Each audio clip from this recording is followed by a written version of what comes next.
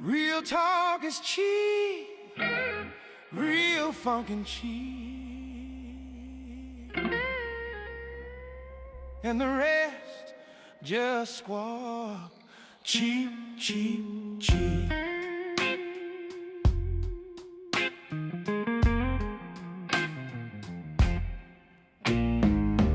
Two minds sink in a beat-up booth, trading stories, jokes, and deeper truth. Ideas bouncing like neon in the rain, trying to ride the edge of that cosmic train. Life got us booked up, stress got us tight, but Saturday frees us, we take flight tonight. We're vibing out with no receipt, 'cause wisdom's free and real talk's cheap. Talk cheap, real cheap, come get your fill. We're spinning reels with zero chill, fucking around with no receipts. Saturday night, we talk so cheap. Talk cheap, real cheap is how we play. No filter, no price, no bills to pay. We say it raw, we say it deep. It's cheap, cheap, cheap, cheap, and it's real talk deep. We missed the train, Central Town. But we caught that vibe, we ain't slowing down. But if the cheap train, laughing loud on a journey through thought, no ticket, no crowd. Two seats in orbit, ideas take flight. Reality bends in the satellite light. Hey you listening? This ride is steep, but buckle up, the trip is cheap. Talk is cheap, real cheap, funked out deep. We're vibing high where the dreamers leave. It's real, it's raw, it ain't discreet. Saturday soul with a side of heat. Cheap talk, street talk, downbeat speak. This is our gospel every week. Say what we mean and mean what we be. Cheap talk is funkin' cheap. Can't be cheap unless we charge your dream. Words like feathers in the fan of steam. We're not buying lies, we're selling laughs. Trading time for soul, doing the math. Cheap talk's gold in a broke man's world. Truth unfurls as the cosmos twirls. Saturday sermon in static and beats. We're speaking in riddles on infinite repeat.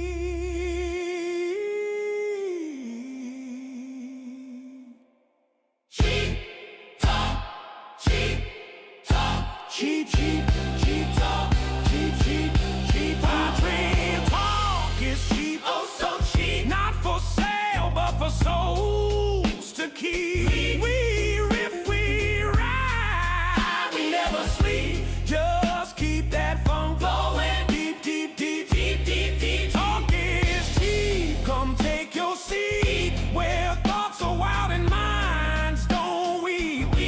The booth is open, the signal steep. Saturday night, we roll with the beat. Talk is cheap, it's the way we preach. So real, it's out of reach. From downtown low to satellite suite, we're talking cheap.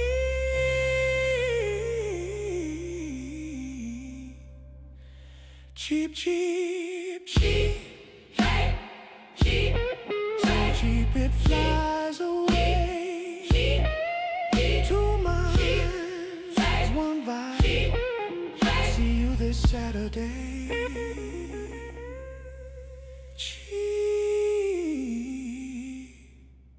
cheap, cheap, cheap.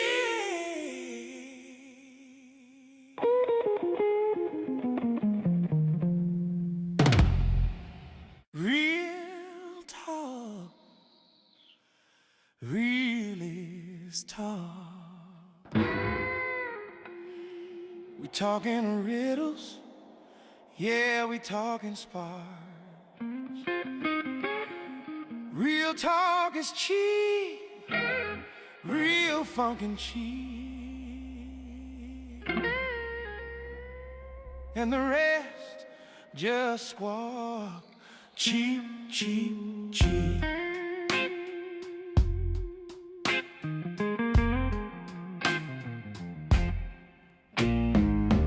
Two minds sink in a beat-up booth, trading stories, jokes, and deeper truth.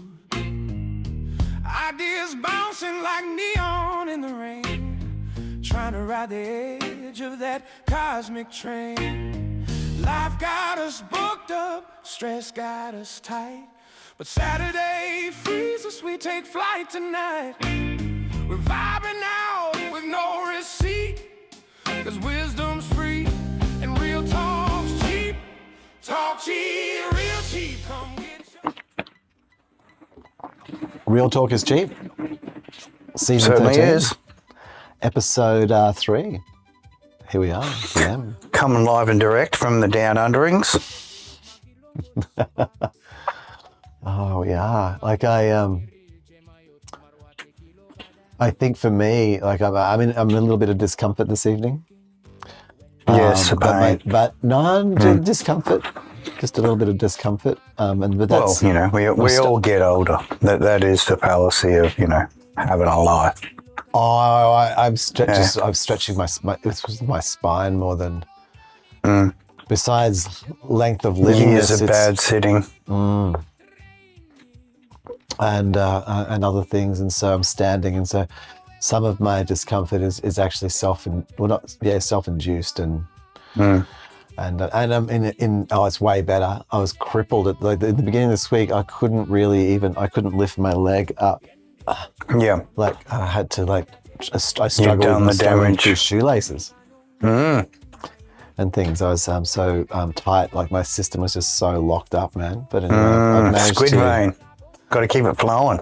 So it's the key to the this game. week I've been stretching it and like working it and no chair, just working it. And starting actually to click parts of spine in, like so doing own chiro and physio. Yeah, a bit of rotations. I always do the ball on the wall. The spiky ball on the wall is good. Click and chip back into place. Damn straight.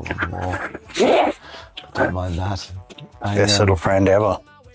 Yeah, I find like architectural or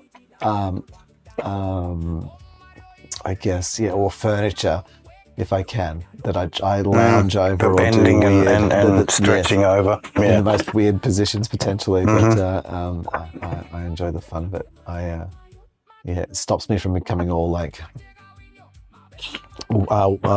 congealed. It's hard to keep posed, most people are slouches. Like they will slouch all the time. Oh man, and we don't. And when we're shown slouching, right? So if you go on if we were on the web right now and we looked up images of slouching, just had an idea.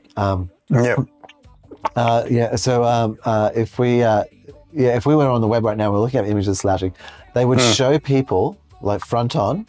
Yep. Like doing some kind of or they show you from the side, and then they'd show you just doing like a sort of a whoop. No, it doesn't really want to work. Or hunched forward. Yeah, just hunch forward. Just hunch forward. And shoulders down rather than shoulders up and back. Yeah. So they show that image, right? But what they don't show is actually a person in 3D, or often their legs and hips. Where that position is, yeah. Yeah, so for me, sitting in a chair was not just the hunching over with my there and I'm looking at the screen and I'm, doing all those things, or all the other things, that are not good. I would be, I'd then have like maybe one leg up on the chair or under my other leg, and then I'd have my hip uneven and twisted. And then because I had one hand, and then because I had my right arm became a mouse arm. You know what I mean? Yeah.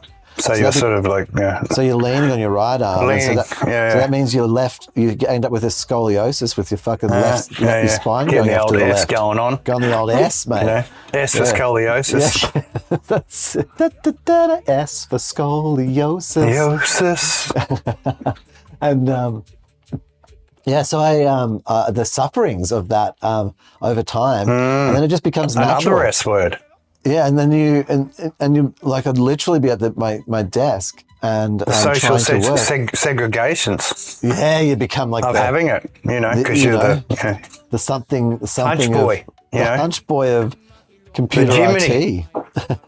The hunch boy Jimothy. The Jimothy you of become IT. the Jimothy of IT, man. You really do. It's like, oh, what's happened to him? Oh, look at him. I've never seen an IT nerd though get the same the Jimothy treatment. Like, can you? Maybe they do. Maybe they do. Well, maybe you sometimes when they're scuttling around, If you scuttle, if you had a channel of scuttling, you do okay. Actually, scuttlers are successful on the internet. I have noticed that. Yeah. So. Maybe there is an opportunity there for some like fully nerdy. Could be. You'd have to have. Is Jimothy cute? Well, he's compact. He's fucking compact. He's definitely something you can put in a bag. Oh, what do you mean? Like. I mean, you wouldn't want to. It's still a savage animal. So, don't start thinking that this just because it's cute and stuff and has deformities that you need to interfere with its life. Okay, maybe it's just trying to get on with it. I think that one thing I've noticed with admire from afar, but don't hassle poor Jimothy. Oh, I hope the hassling isn't begun. Has there been a hassling? Well, they're saying that there could be more than one. So it could be like a whole family of crippled, garbage dwellers. What if? He's got his own D&D character now. Yes, I did see that. Officially, what if he's not actually deformed? manifested. What if it's theatre? What if it's AI? No. That'd be pretty sad. I hope it isn't AI. No, I don't think it's AI. But what if it's, my sympathy level has been risen for Jimothy.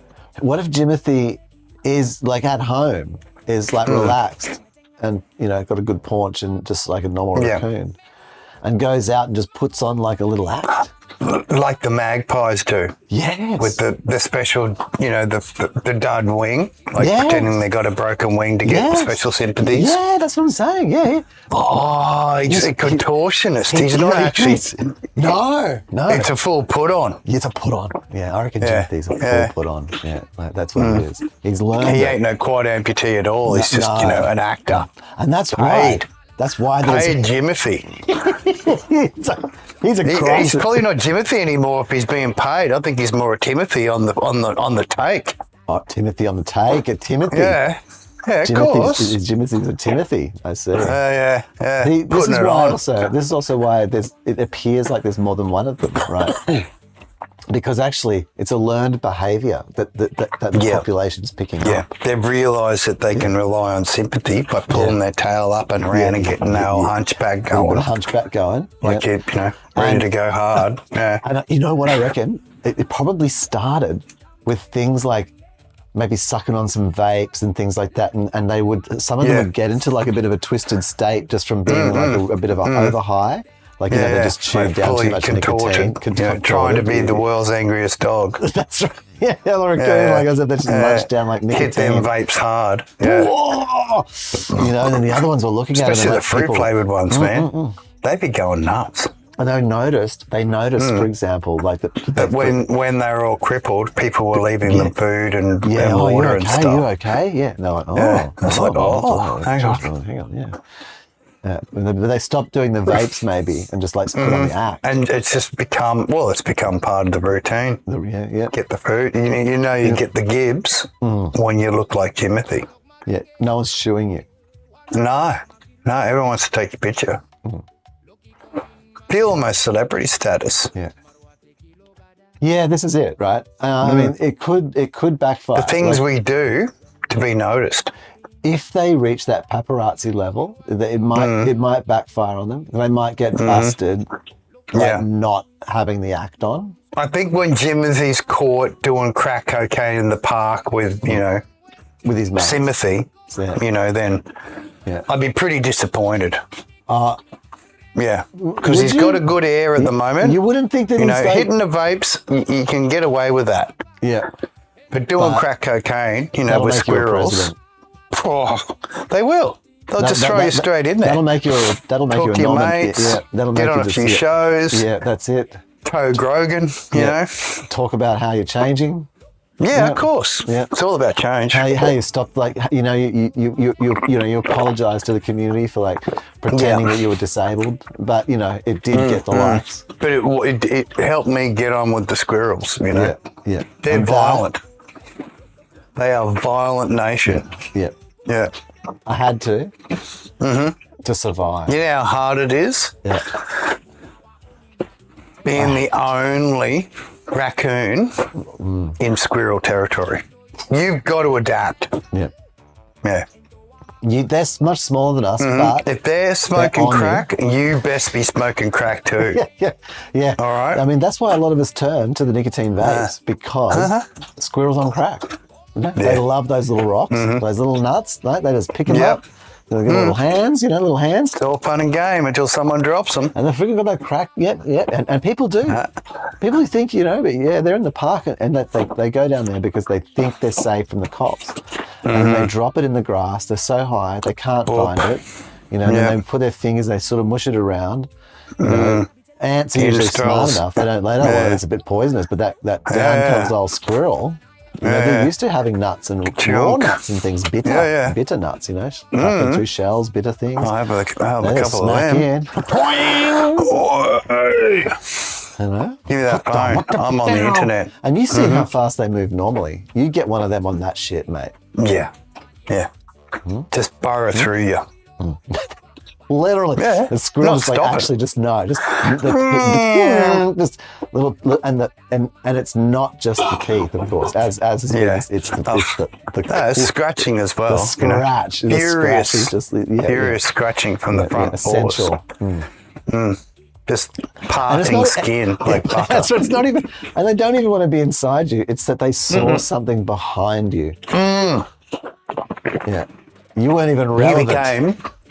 You became the little mountain that they needed to dig through. Yeah. And they did it quick. That's the beauty of it. Yeah. No, just Had to clean itself afterwards. Yeah. Once it got the other, little rock of cocaine, that was in that pipe. Flying straight through you to get it. Saw the guy stuffing it in there. Knew instantly. Just pattern recognition going on. Just get this straight into it. Just get into it. Targeted. Targeted is essential. Definitely. Almost like your local homeless person at the 7-Eleven. Coming straight for you. Hey, you got something? And you're like, whoa, okay, hang on. Got nothing. Sorry. Yeah, like where your average 7-Eleven homeless person might move at sort of like 3 kilometers an hour. This thing, like a bullet. Coming past. A squirrel normally 30 kilometers an hour, but a crack squirrel that's hunting your crack or a crack behind you. Just times that by 100. Yeah, just 300 k's an hour. 300 Like I k's said, an hour. it's just like a bullet. You don't. All you see is the flash of the little bit of the red or the grey, depending on which one it is. People might take us to task, but Straight through you. Even if the squirrel was moving at 300 kilometers an hour, once it hits you, it would implode itself, and that is the teeth and the claws. Right? They are moving at a flurry. Curls up in a little ball, rotating. The teeth, and it's The in the fur direction at of that the teeth. speed, rotating at 300, It then becomes meters per second. like little sharp, like the spikes. Yeah. Slicing through like one of those horror movies, the critters. Like a critter. Coming through you like a critter, that's it. I mean, I just that. It's quite Takes you wild. back to them good old days, Well, yeah, backwards and forwards. Tetsuo 2 body hammer. It is a bit of body hammer. It's a bit of 700 kilometer an hour flying drones as well, man. But we might leave that for later. But popping on impact. Squirrels just too much fun to talk about. They are. Their schemes to take over humanity must be uncovered. I know, as a an Australian. As an Australian who's, only had limited experiences with them while in England, Yes. they're nasty. Like, I would worry more about squirrels in England than I would about, rape gangs. Well, there are more of them. Yeah, way more squirrels, and truthfully, in greater numbers, they would do what the bears would do in a rape-a-lanty squad. The squirrels could achieve it if they just got together, motivated by something.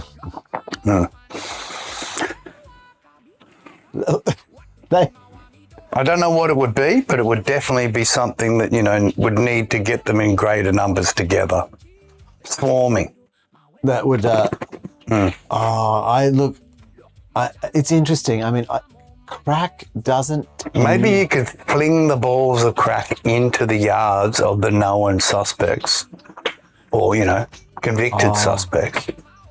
And then, or convicted criminals, flick the little knobs in there. Maybe and this the is squirrels just come in like fighting mass. Maybe to get their little, Maybe this is like why. Flick it like snot. This potentially, Jimothy, is actually the level up. Like,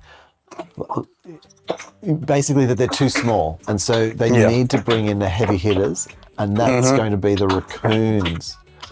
Yeah, imported from America. Yeah, mutated raccoons. Just fully jacked. Someone got, Jimothy's DNA and then actually has cloned and reproduced them. The squirrel is still faster. It's got that sort of like velocity. It was zippy. It's really zippy. Yeah. And just come flinging down at you from I can't, like from the top of a tree. I mean, Jimothy had a good gallop to him, but I don't think he could beat a squirrel in full flight. You know what I mean? No, especially not a coked up one. Of course not. If he's just like a snail and even a meth one. Like, I mean, that's a full number. It'd be like the race between the snail and the rocket ship. You know who's going to win. Would they be discerning? Yeah, I reckon they would. Like, would they look down and they'd see somebody doing some bit of meth, and they'd be like, oh, nah, and they'd look across the park and they'd have a bit of a sniff and they'd see someone doing some crack, and they would choose the crack. Oh, they know they're high. They target their high. Yeah. So you'd have various types of squirrel gangs. You'd have like the boosters, which would be the ones that'd be hitting the speedballs and shit. Yes, that's it. And then you'd have the methed out ones. You'd have the crack ones that just want to stab everybody. The methy ones and then the crack ones. Then the cocaine one, the cocaine crack. Cocaine ones would be like very similar, but more mellow about it. Well, I mean, would they that?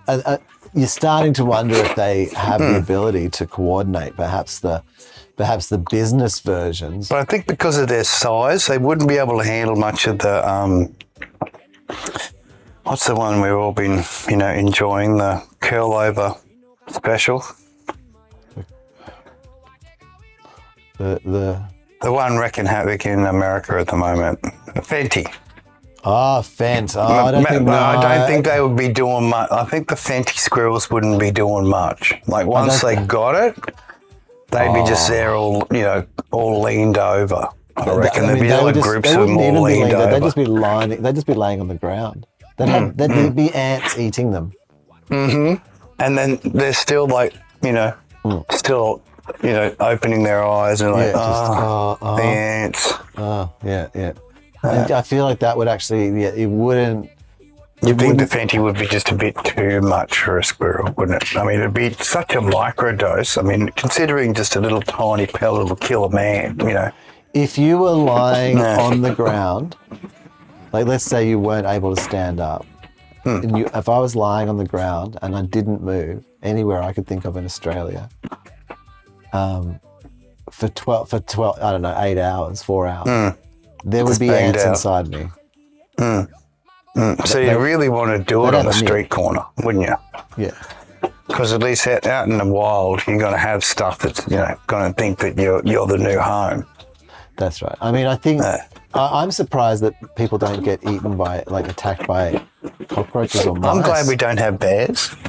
Because I've heard what the bears do to Americans and other places that have bears, what happens to them people when the bears get them. But definitely not for me. Why don't mice or rats attack Fenty people? Yeah, true. Come in when overnights and stuff. Yeah. Well, they're just When sitting they're there fully all banged out. All the rats come up out of the sewers and have a little gnaw and just get into them. Like, I mean, are they just not that hungry? Are they just so well fed that they don't need the human flesh? I don't know. Like they just come up and steal the sandwich that someone left for them. Yeah. Maybe that's what they know. There's food there, but they don't, they figure, the humans are leaving it there for me. Yeah. Okay. Like Only to not to realise that the fentanyl addict basically didn't even realise it was a sandwich there. No. Never does. Accidental guides. Providers. Yeah.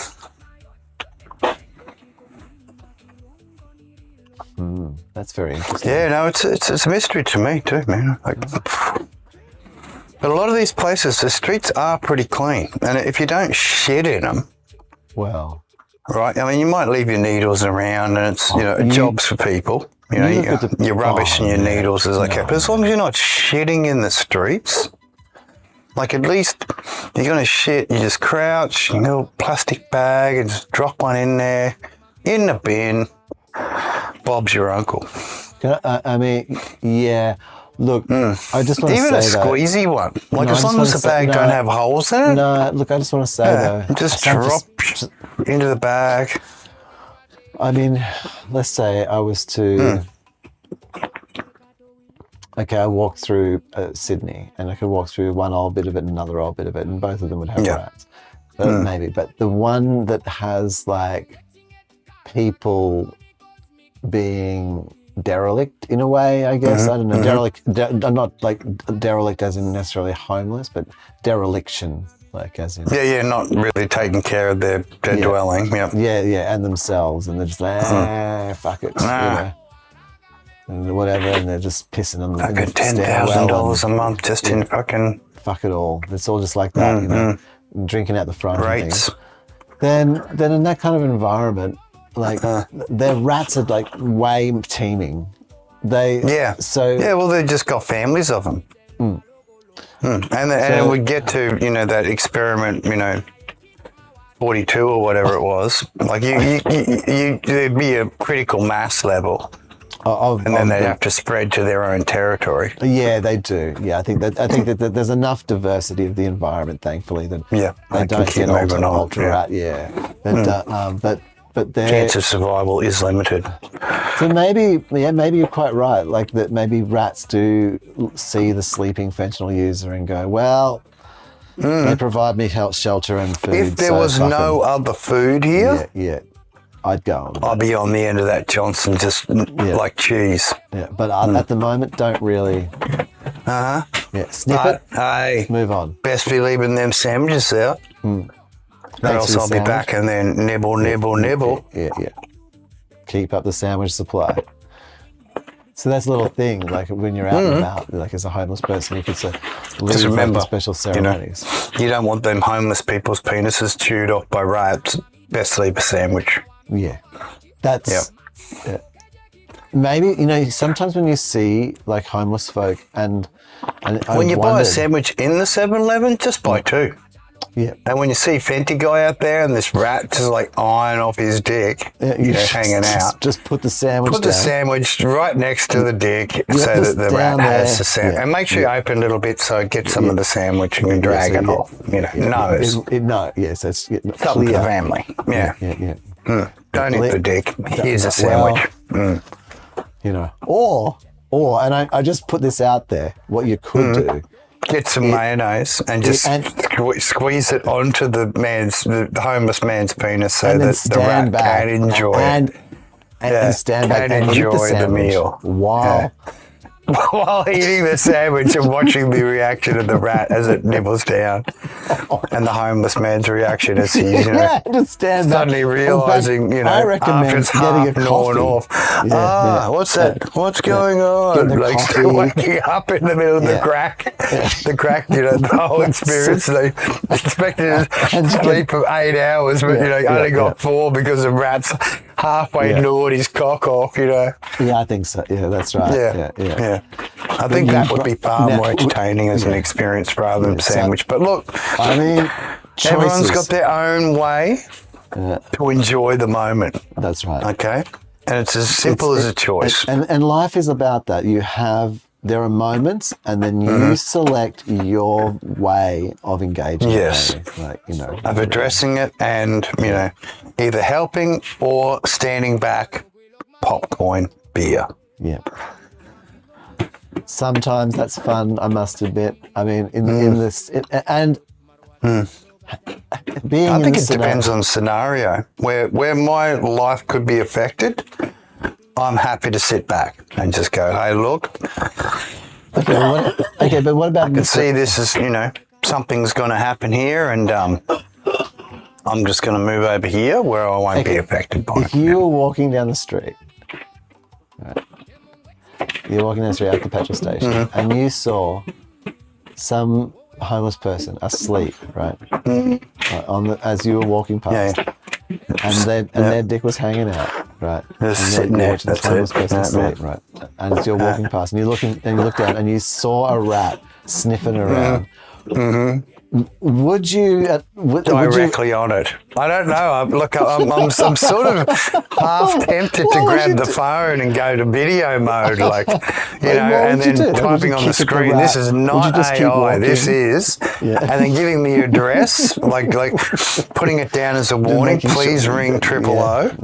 This man's dick is just about to get eaten off on live on Facebook. That's right. I've had choices. I don't want to have to. I mean, I'm not going to disrupt their choices, but this seems like a whole lot of paperwork to me. But I am giving you the alert at this point. Where he is, the cameras that you've set up, all the flock cameras you've set up, don't quite capture him. No. Nor do they capture the rat and its intentions. I think that. Yeah, I can see it. I can see it. Yeah, I don't mean. You've got to. Sometimes you can't be the participant. No. Like for legal reasons, sometimes it's better to be the reporter. Yeah. I just wanted to stand around here and just make sure that this situation was safe. Yeah. Well, I wanted to document the crime so that then I could hand that footage over to the authorities. Well, would a rat as a nibbling on a concerned homeless citizen person's penis be a crime? Well, I don't know, but it's up to them to see whether it's legal or not. Personally, I don't think getting fellatio, some sort of cannibalistic fellatio from a rat, would be considered part of statute. But look, I don't know. I'm not a lawyer. Why would anybody take that to? Do you think that, like, say, for example, if a mother and her child were walking past as they saw like a live show. Well, the rat could charge them. Like you could say, put the hat out. Look, I'm gnawing. Put the little rat hat out. They could charge. And then take. And the man was like, sign saying this is performance art. I wasn't consenting. This is a piece of performance art. Yeah. Well, would the woman charge the rat? Probably the rat. I think wanted to see how much of the crackhead homeless man's penis he could gnaw off before the homeless man realised. Yeah, this is an experiment and modern art. He would just hide back a bit and just come in, take a quick nib. That's it. Just get a bit of the skin.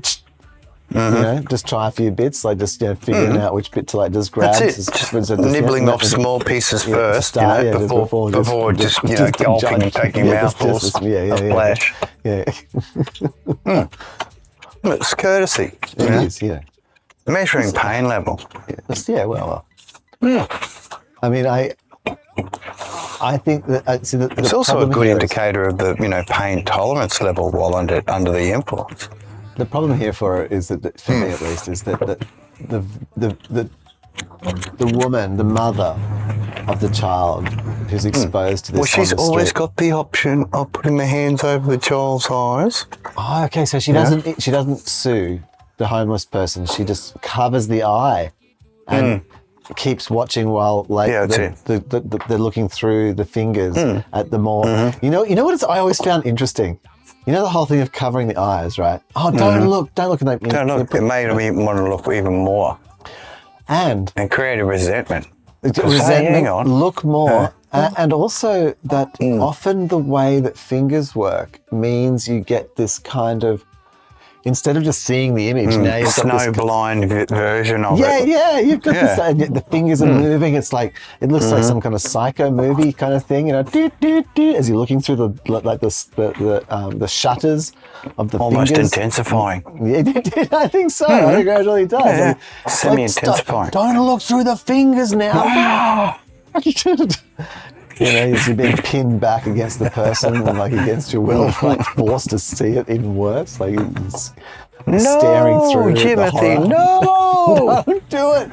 Don't do the watch nibble. it, Timothy.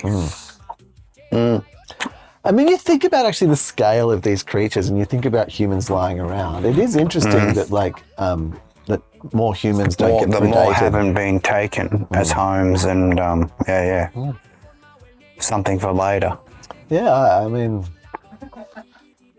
Well, who knows, man? I mean, a lot of people, in cities, it's pretty good unless you got a spot where no one's going to come across you for months, then, really that sort of thing. wow. And like you said, a lot of people, they do it in the street where they know it's clean. There's no creatures that are going to come up there other than, maybe the occasional rat looking for a little bit of cheese, but, that's it, man. So the streets are clean, they get patrol, there's people always walking there, so nothing's going to come up and interfere with humans walking past other humans lying on the footpath. No. And you find that most of them, especially in the areas where they're together, congregated, from what I've seen, I've never experienced the full-on, that sort of stuff that, seen from TV in London and other places, right? Yeah. Americas. I don't know if that's to a level here, but I'd assume it would be the Australian version of it. There would be places I've heard that there's parks in Brisbane. I thought that the park right behind Roma Street had a bit of a colony. Yeah. Of homeless folk. Does it? Checking. Do some checking then. Easy enough to do if they've had a couple of sweeps with the Google Earth. We can always zoom in and have a look. Oh, yeah. I mean, I think Something that's there for more than 6 months gets picked up by it. Is Google Earth that updating, on Yeah. Brisbane? Really? Yeah. Okay. Yeah. I didn't I get realise. to notice when I've had things moved or taken away from my yard. I've been there for a few years, so yeah, about every 6 to 12 months I get a new updated little flyover pic. It's funny about that too, because it's my backyard's you can probably see ants walking around on it, and yet other parts of the world you go to look at it and it's all blurry. Can't see nothing. Amazing that, hey? Yeah, well, it depends how much you don't pay. Yeah. You don't pay You don't much. pay anything, they get to see everything. Yeah. I hear you. No, I like how thoughts where it should work the other way. It's they should pay to unlock. Yes. Everyone's blurry. Yeah, you just get subscription. And they can have anonymous. If you want to be a state actor, if you're say a foreign government and you want to watch me, in my backyard, then I don't, you can obscure pay, so I don't, it's safe. You can safely transact, so I don't know that you're actually a Russian spy master, No. But who knows what you would get up to with Timothy? What? Seems very lively. Timothy the Timothy, the state actor. the spy. Russian spy. I reckon so. Oh, Timothy's a Russian spy. I mean, I would have thought. Trying to capture attention. Oh, like he's actually to distract. Well, like he's a false flag. Yeah. Timothy's a false flag. There's something He actually is. deeper going on. There is. Yeah. It's look at the monkey. That's what it is to me. I mean, I love Timothy. He's got that real, But redeemable features like the sympathy card, playing major sympathy card so is it for fully? curvature. Yeah. So is it fully 180? Is it like so that you're meant to look at Timothy in California when actually you're meant to be looking at Timothy in New York or something like that? Or Juxtaposition. Yeah, that's it. Timothy, like Timothy, that's it. He's got a college degree. yeah. You gotta watch yeah. out for that. Yeah. He only goes through the elite bins Yes. because he knows that's where all the caviar is. Oh, He's an upgraded raccoon. he does wash bags. That's the kind of one that doesn't even bother with. He doesn't do crack. No, he man. has the proper cocaine baggies, and then just licks them out. Licks them out. That's it, bud. No. That's New York Bed and broker. breakfast. Yeah. Sleep in the mailbox. Caviar. Top of all those, Things. Amazon deliveries. Yeah. Oh, it's cultured.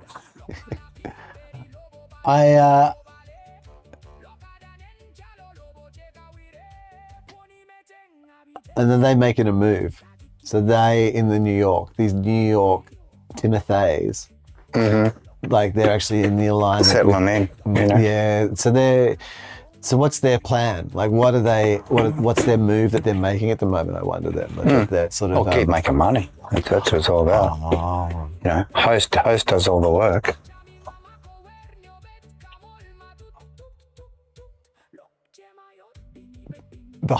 The Timothy host. Yeah, Timothy Host is the one who's paying all the taxes.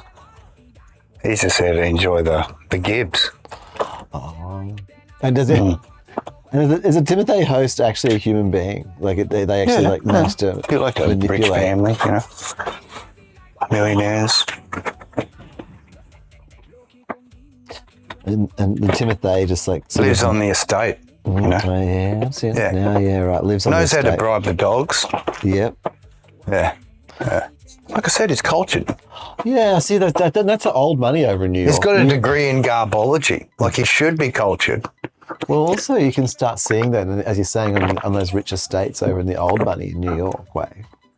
How the Timothys, right? They would, in fact, they'd have like generational wealth. They'd have lived in the estate hand-me-downs. for years. Well, it's Timothy the Third. Proper title. Yeah.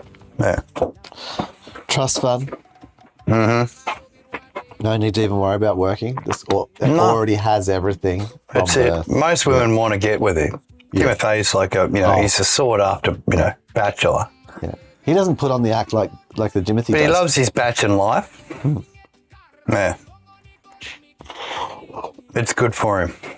I mean, I know his mother is concerned at the batching life because what's going to happen if there are no young Timothys to continue on? Hanging out with them young squirrels is going to bring him to ruin. That's what's going to happen. That's what's happened. Their Timothy has been hanging with squirrels. He's better off finding himself a nice girl and settling down. Yeah. But, he's always we've got wash bags aplenty, but those squirrels, they're poisoning him with a bit of that meth. With that meth. Yeah. Next thing you know, it's his teeth. He'll be looking like, something out of And meth babies. yeah, and a raccoon without teeth is just not. Yeah. Well, it's not going to be crunching much, is it? No. To make its way through the garbage bags, it's going to have to be. It's mainly going to need to be soup. It's probably best you break the bottom of the bag and get the garbage soup out.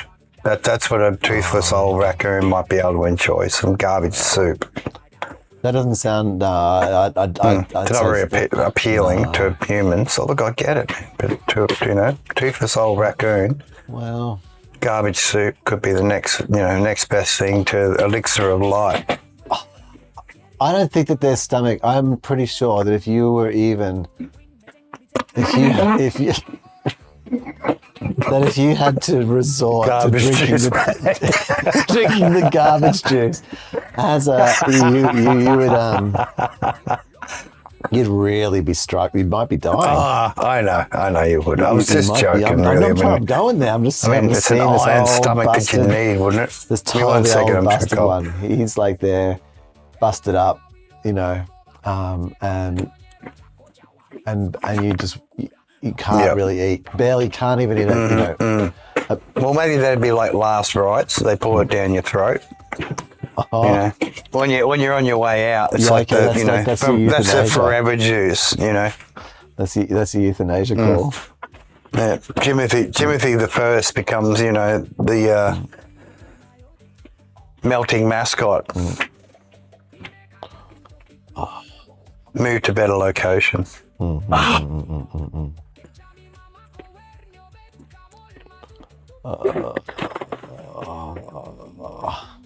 Pains of sigh. No. So Okay. I have a Jim.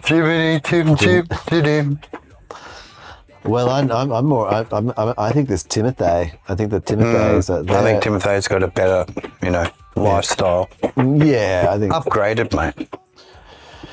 Yeah. Well, the wash bag over the crack cocaine and fighting the meth squirrels. I mean, well, meth squirrels are everywhere. That's the problem these days. Yeah. That is the major issue. Is there's too many meth squirrels going on. And so, even in New York, even in the States, there they are. And they nasty. They get real stabby if you, Oh yeah.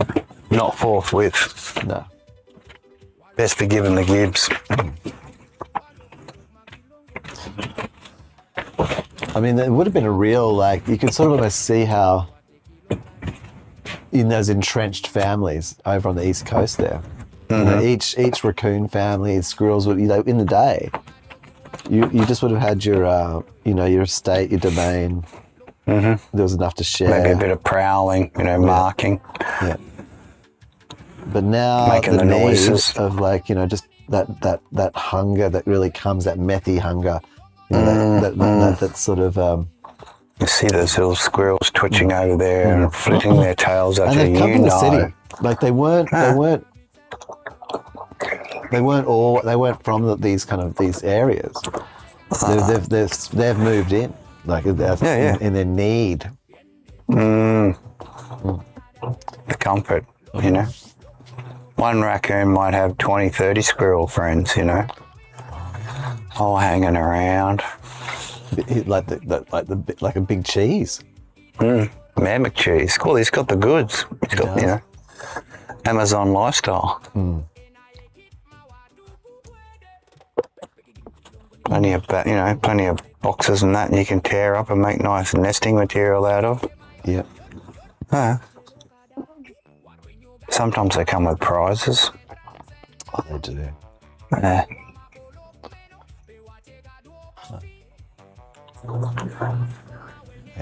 Set up yourself a nice little house. All the accessories, What do they care? They just order another one.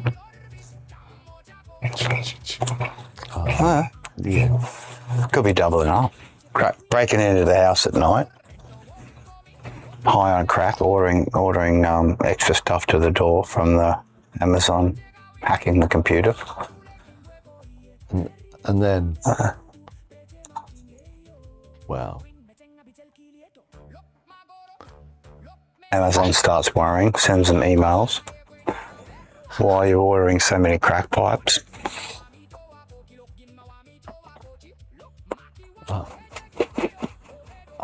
We've suddenly noticed an increase in a non-normal ordered item, a non-standard item. That's it. Ordering the non-standard item. Unusual. out of character item. Oh, so unusual for yourself. Your household has never ordered squirrel-sized crack pipes before. Oh, you've always ordered the bigger ones. Yeah, so what's going? So Yeah. it'll be like, You have a new. It's asking whether you have a new family member. do you want to add someone to this account? Well, would you prefer the child-sized crack pipe? Yeah, that's it. Like, Rather than the squirrel-sized one. this is very small. This is right? not for infant, not intended for infants. Yeah, no, yeah, I was just thinking infants. Yeah, like, only recommended for 3 and above. That's You know, it. You know, 3 and higher recommended. You got to come into this world a bit pure. You know what I mean? At least start off. You know, I mean, it's already bad enough that you come into a crack family, so you're already probably going to be a crackhead. So alco crack. very sins of the mother. Yeah. Oh, and then just getting that special, just getting that jab, just getting that last minute, heroin cocaine combo ball, just jam straight up, just right up next to you, just spreading And through. epidural. Oh yeah. Oh, Eh? feel nothing. Come out just Flying feeling out. nothing. Oh, Yeah. babe. Doctor's hand gets sore trying to smack you to make you cry. Has to hand you over to the other nurse. She starts beating, still not crying. Took 3 people to get you to finally cry. And then you come home, day one, put on breast. Just start getting a steady supply of plastics, microplastics, Teflon. Microplastic injections, that's Yeah, it. Teflon and stuff straight through the breast milk. Just so you get, Microplastic teat. Yeah. It's integrating nice and tidy. Yeah, it's Plastic fantastic, man. and that Everywhere. residue, all the other things that comes through in the blood, Even non-stick, man. Even they're saying that now. It's like the worst thing ever. Yeah, Teflon in the fucking blood. Teflon's like right it's in to people's- everybody now too. Yeah. Microplastics. Teflon and microplastics. That's hilarious. And then Building better futures. And then because your mum and dad, they're also on antidepressants and and 3 other things, and their special legal stabilizers and stabilizers, sleepers and uppers. And that just comes all waker through the uppers breast and milk. sleepy So you're sleepers. so you're suckling down your Xanny special upper. Dexamphetamine, Xanny, whatever, like Valium. Something to keep you combo. screaming all night, Well, at night she takes the Valium, so then you get that through the breast milk. Oh, you and get have the that KO'd. Yeah.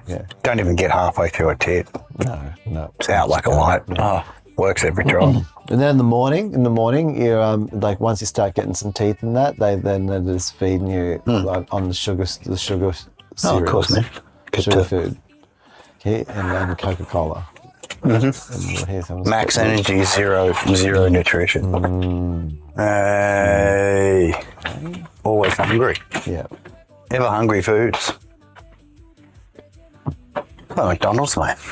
Go there, have a burger, and you walk down the street, and you're like, I want another burger. I know. Like I'm hungry. you didn't even. It's like you didn't even eat anything. Yeah, you ate air. Yeah.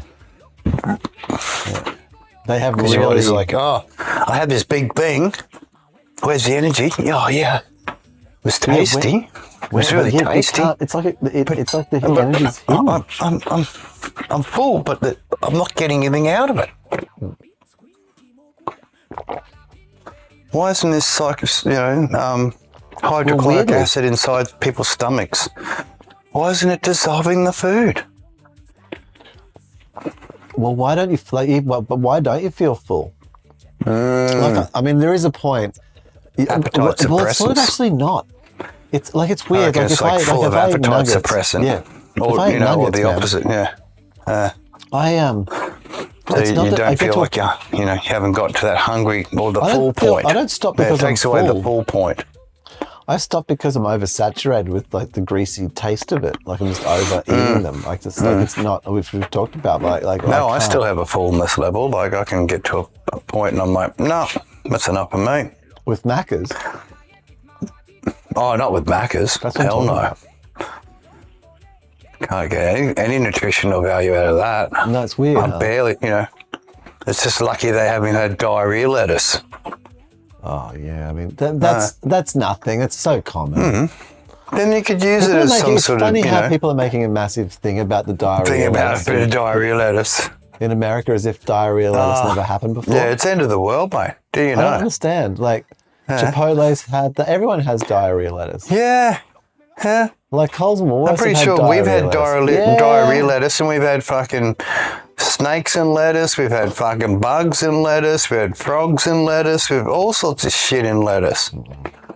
Oh, well, I mean, I think bugs are not the. I mean, a bug won't.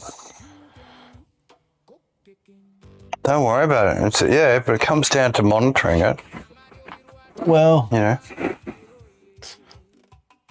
I mean, it's just modern media. Maybe just stop washing your cos lettuce with sewer water. Maybe Recycle sewer water. Maybe use some fresh water instead. maybe like I don't know, like just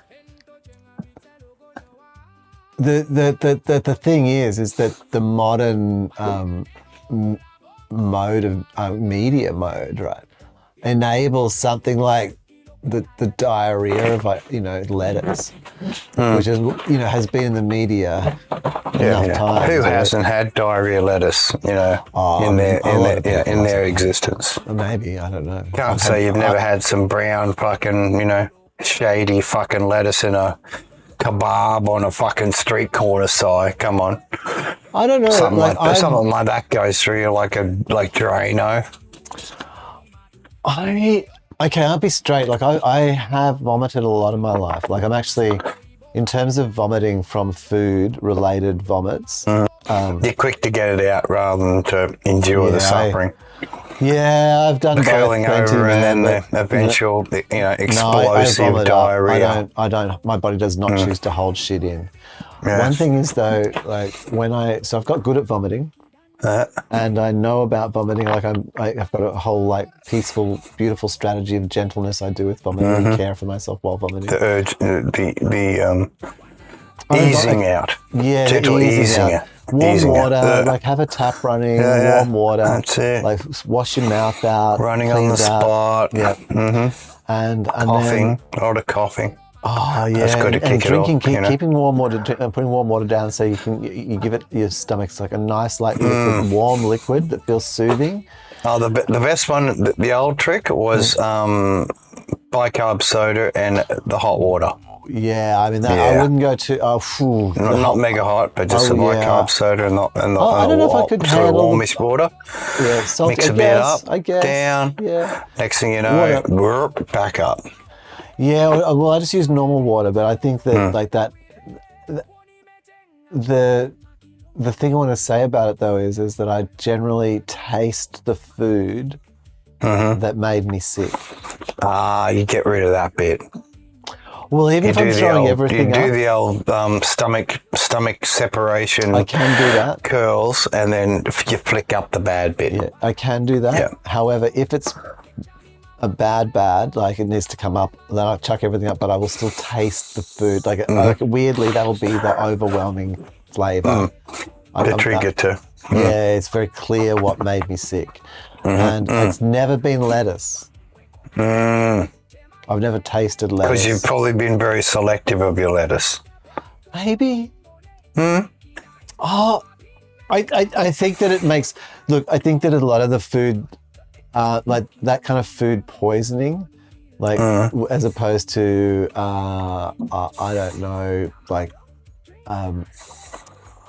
something wasn't quite right, Look, if I'm handling lettuce and I'm pulling it out and I'm putting it on my plate from a bag, bagged lettuce or whatever, right? Yeah.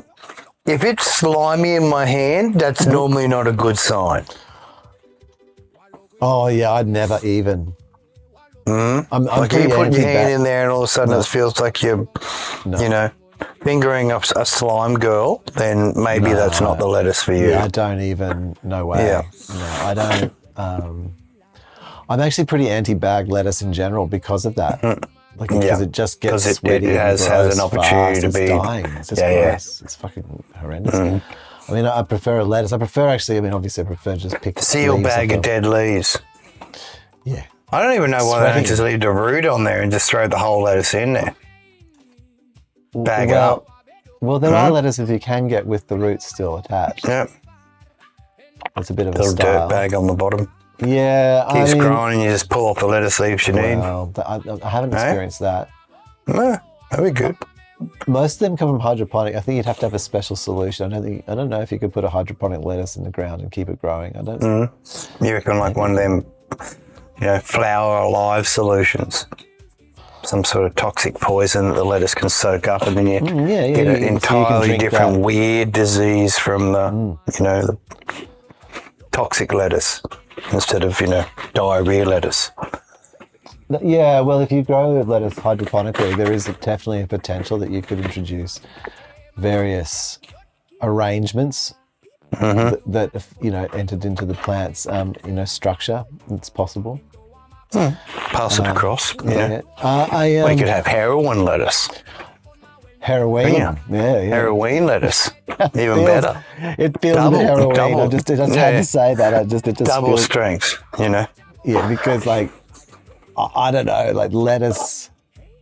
Well, lettuce is lettuce is a much malaligned plant. People, I've grown lettuce. I'm so actually, I want to reframe that. I'm grateful to have grown lettuce. You know what you're better off with? Because from growing lettuces, better off from growing lettuces.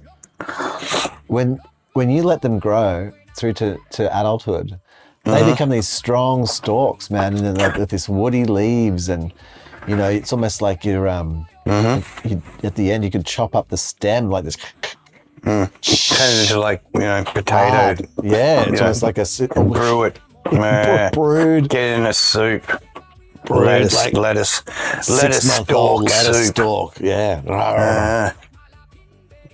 It's hardy.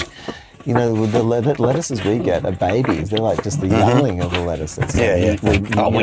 Society's into killing the innocent, killing the young, aren't they? We do really like that. Seem to do it really well. Oh, it's professional. It's a feature. Yeah. I mean, we've. There's just not enough suffering unless the young suffer. No. Yeah. I mean, and also it's just. If you want to find that sweet spot where you've given it the least amount of calories for you to get the most amount of calories from it. And because if you keep, you can get to a point, say for example, lamb.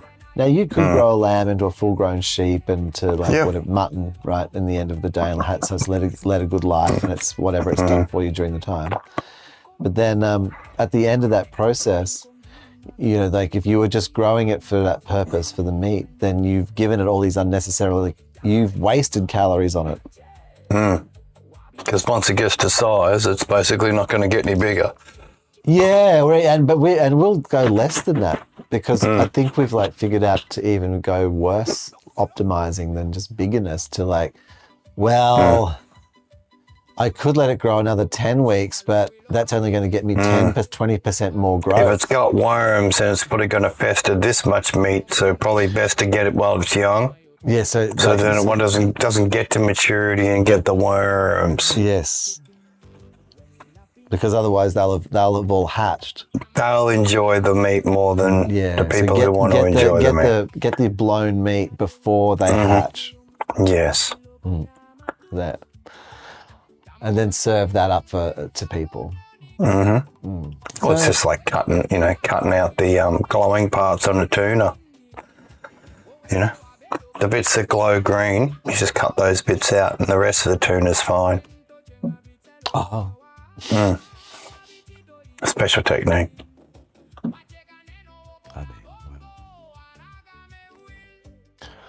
So, yeah, I mean...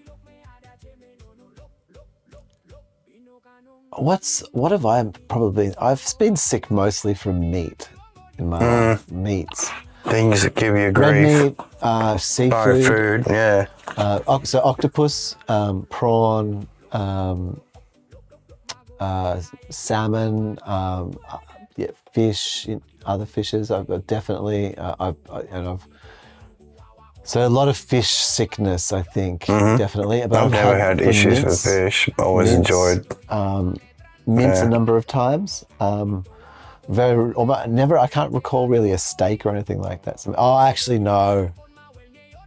That one of my worst food poisonings. Whereas they actually documented me, unfortunately, as if I thought I was like getting over smoking marijuana, as if I was going through like some kind of week-long tremors, withdrawals from marijuana, and was like couldn't keep fit. Like, it was the most ridiculous assessment. I was like, no, I literally ate some bad meat, right? No, we don't trust you. You're an addict, mate.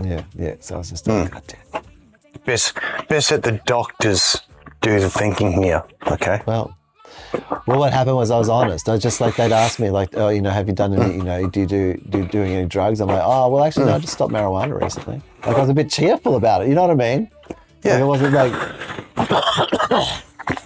I wasn't having a trip about it. And then they interpreted this as me having this crazy, like, he's a 9,000 milligram a day person. Yeah.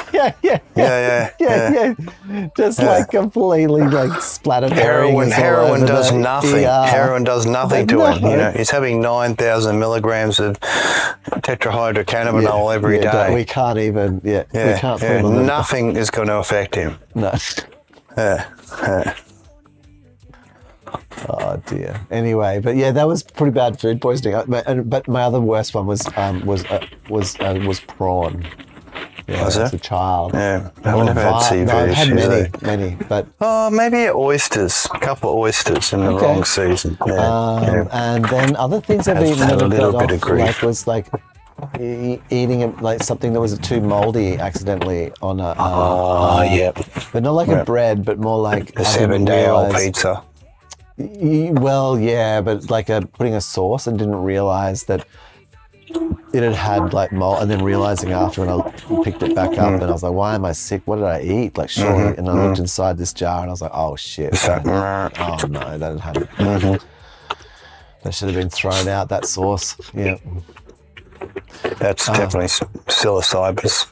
So the thing I think with the salmonella, right? So what? Okay, from doing food science, this isn't my. I'm not qualified, but my assessment from my first semester of knowledge is that the difference between like like if say you went to a restaurant, or and the chef had a bit of poo on his hand.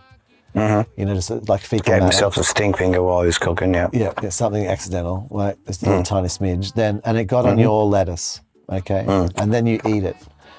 Now you may have like then had a fecal transfer, and you might get a little bit sick, okay, because the fecal matter transfer and the amount of time that it had to breed on the lettuce was under 4 hours.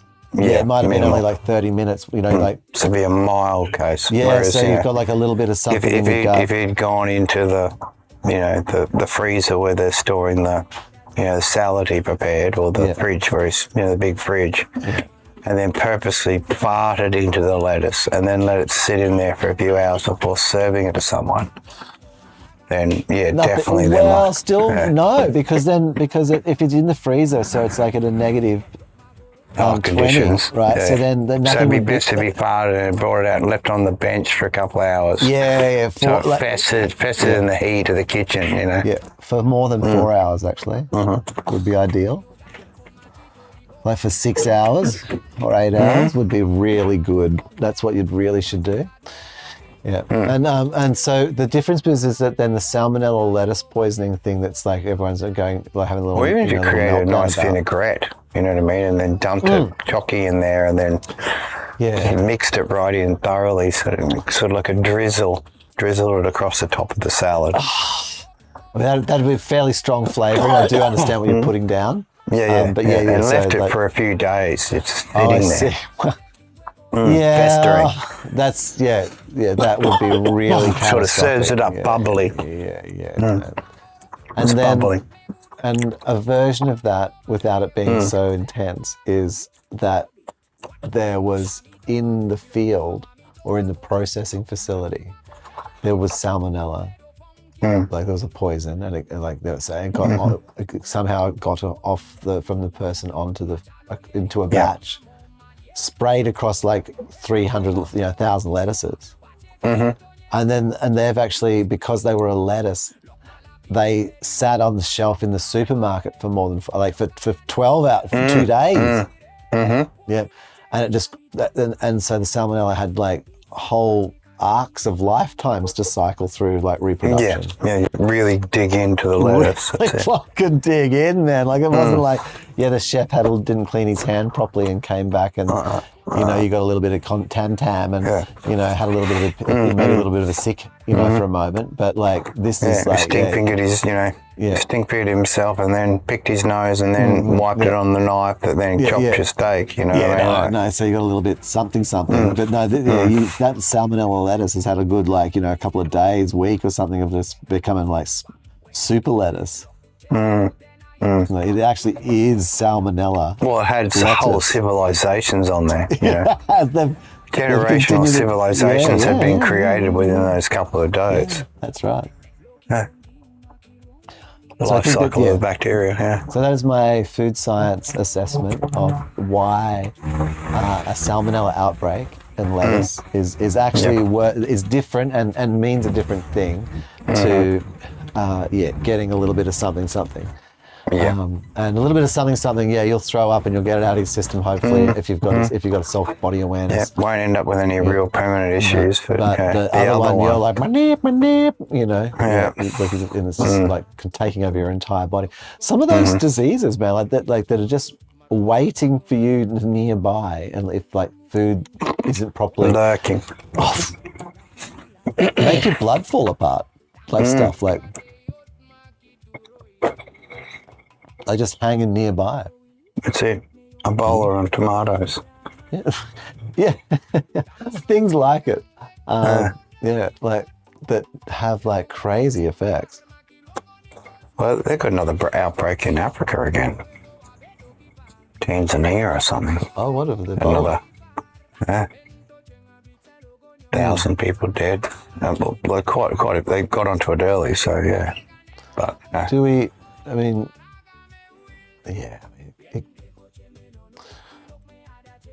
I don't know. I don't see.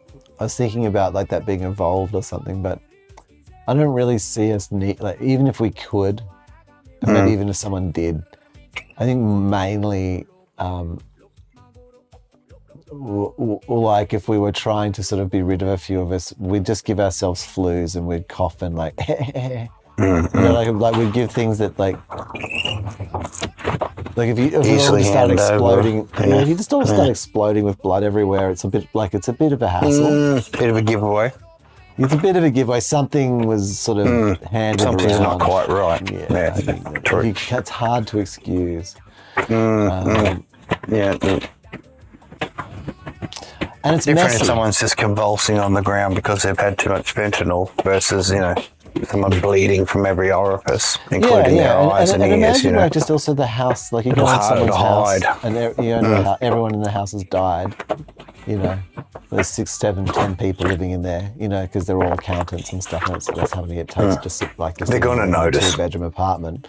Yeah. And so you got 10 accountants living in a 2-bedroom apartment in New York in the near future, and they all like get exterminated by one of these things. If you've chosen an Ebola extermination to just lower your population, then there's just going to be your whole apartment's going to need a cleaning crew to come through. They will. Blood everywhere. They will. It's a real mess. All the clothes, they'll be spoiled. Right? If someone's died, like with COVID-6, like then that's not that you could sell the clothes the next day. Just chuck them in a washing machine, maybe, if that. Clean it off. Yeah.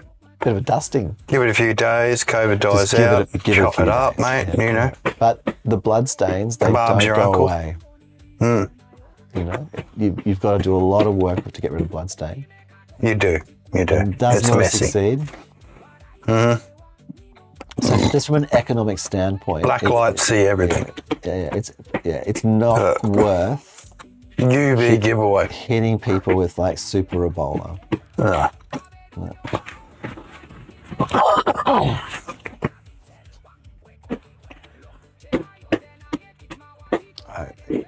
We've got enough things to worry about in this world Well, than cleaning up, a bowl of mess.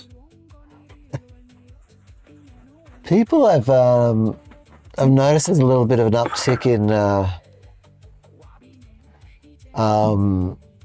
what did I watch this morning? I saw a video that Diary of a CEO fellow, and he had a little short from some dude he was like talking to and fear mongering with about but also I saw another dude as well that sort of was he sort of from, I don't know where he's from actually, maybe he's Japanese, maybe he's not, but he's some kind of mathematician or scientist guy, and he's like,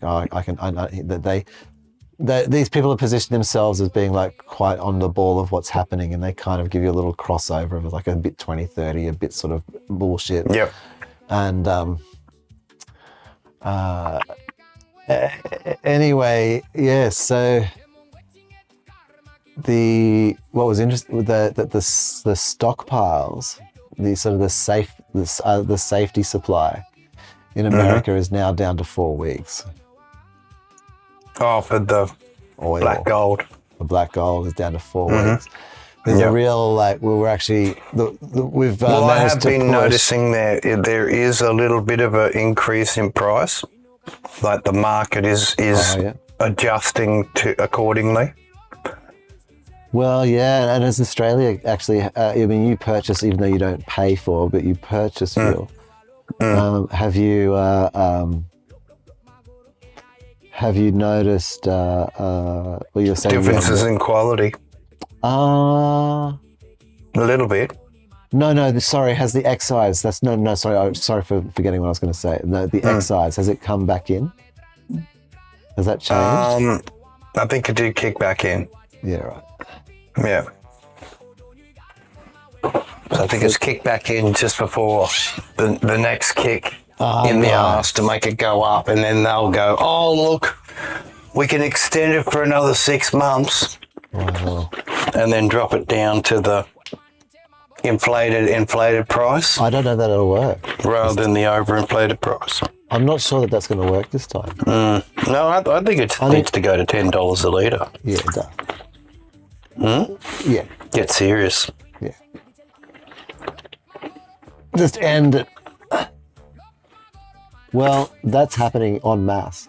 So apparently, I mean, I've been watching, I was aware, because I watch drone tech, so I am aware of like Ukrainian ethics somewhat, a little bit. Like I don't, not like in the full like news mode aware, but I am aware that drones are attacking like just across Russian oil infrastructure, which we've covered a little Yes, bit.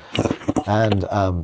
And so there's been the renewed vigor, because there's sort of things were toning down a bit, and it's starting to get a little bit ridiculous that something hadn't been signed and it was just getting a bit long in the tooth. So we needed to like Rumblings. We need some rumblings. People's noses out of joint because they weren't involved, and also no gibs for them. No, so So, mate, if you're going to give gibs, you got to give gibs to everybody, because everyone been hit by the missiles. Everybody got to get some gibs. I think there's not enough. I think Gibs there's to still a go bit- around. I think there's definitely not, and there's still a bit much infrastructure. That's not fair. Well, More infrastructure needs to be taken out. equal poundings Well- for equal groundings. It is worth noting that while, for example, the Russian infrastructure is being damaged and the Middle Eastern infrastructure is being damaged, it's worth noting the infrastructure that's not being damaged. Yes, the ones that seem pretty good at the moment Like, for example, and like, working hard. yeah, the American ones, the Canadian ones, like, I'm sure there's Venezuelan ones to the best of their abilities, like, or whatever. But also, like, none of the refining capacity of Asia is being harmed? No. Why would that happen? No. Is that the Middle East? No. No. It's not. Yes, it's not where. Well, it's also where power certain. There's not much chance to sort of project that. It would be weird. But yes, it's also required in those places. But you wouldn't. Yeah, damaging it there would have other effects that are unwanted.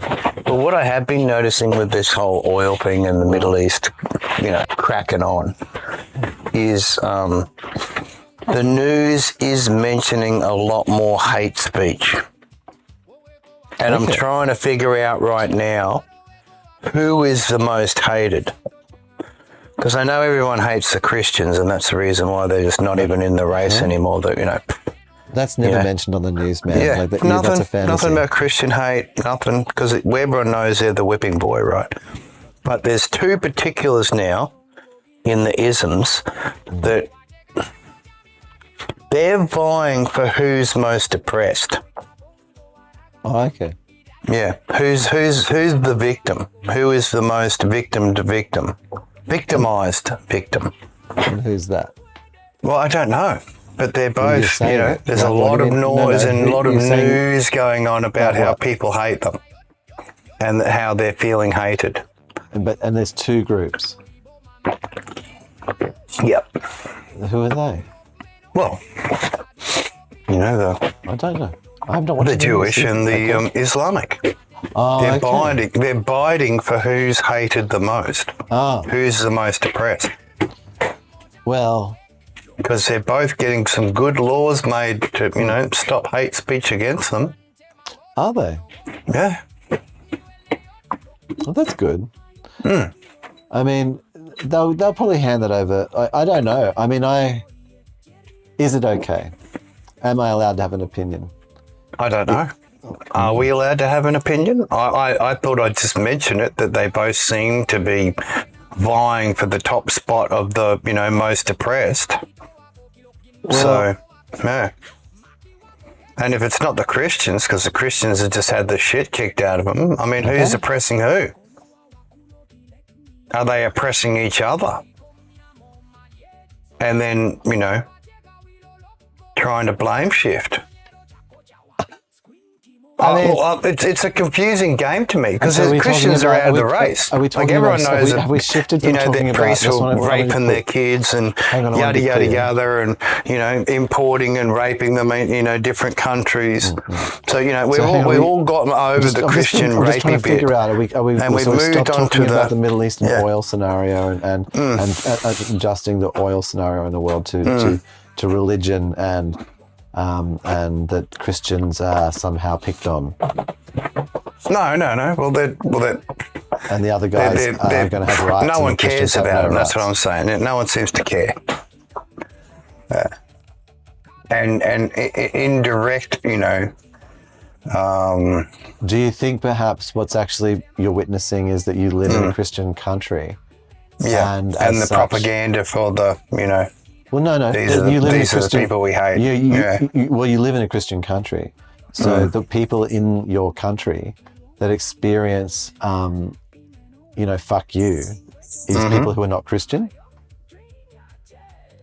Yes, it seems like it. Okay. So as opposed to the fact that Christians are put down more and everyone doesn't care about it, it's that actually you live in a Christian country and so it's just Christians that's part of sucking it up, isn't it? It's just Christians picking on Jews and Muslims? Is that perhaps probably what really is happening? And so the illusionary version of that of the opposite, opposite game. You don't hear that Christians are being picked on in the media, so that means that it's being hidden. And it's actually that there's just not it's not happening in terms of like you live in a Christian country. Now, if you were a Christian, not media worthy.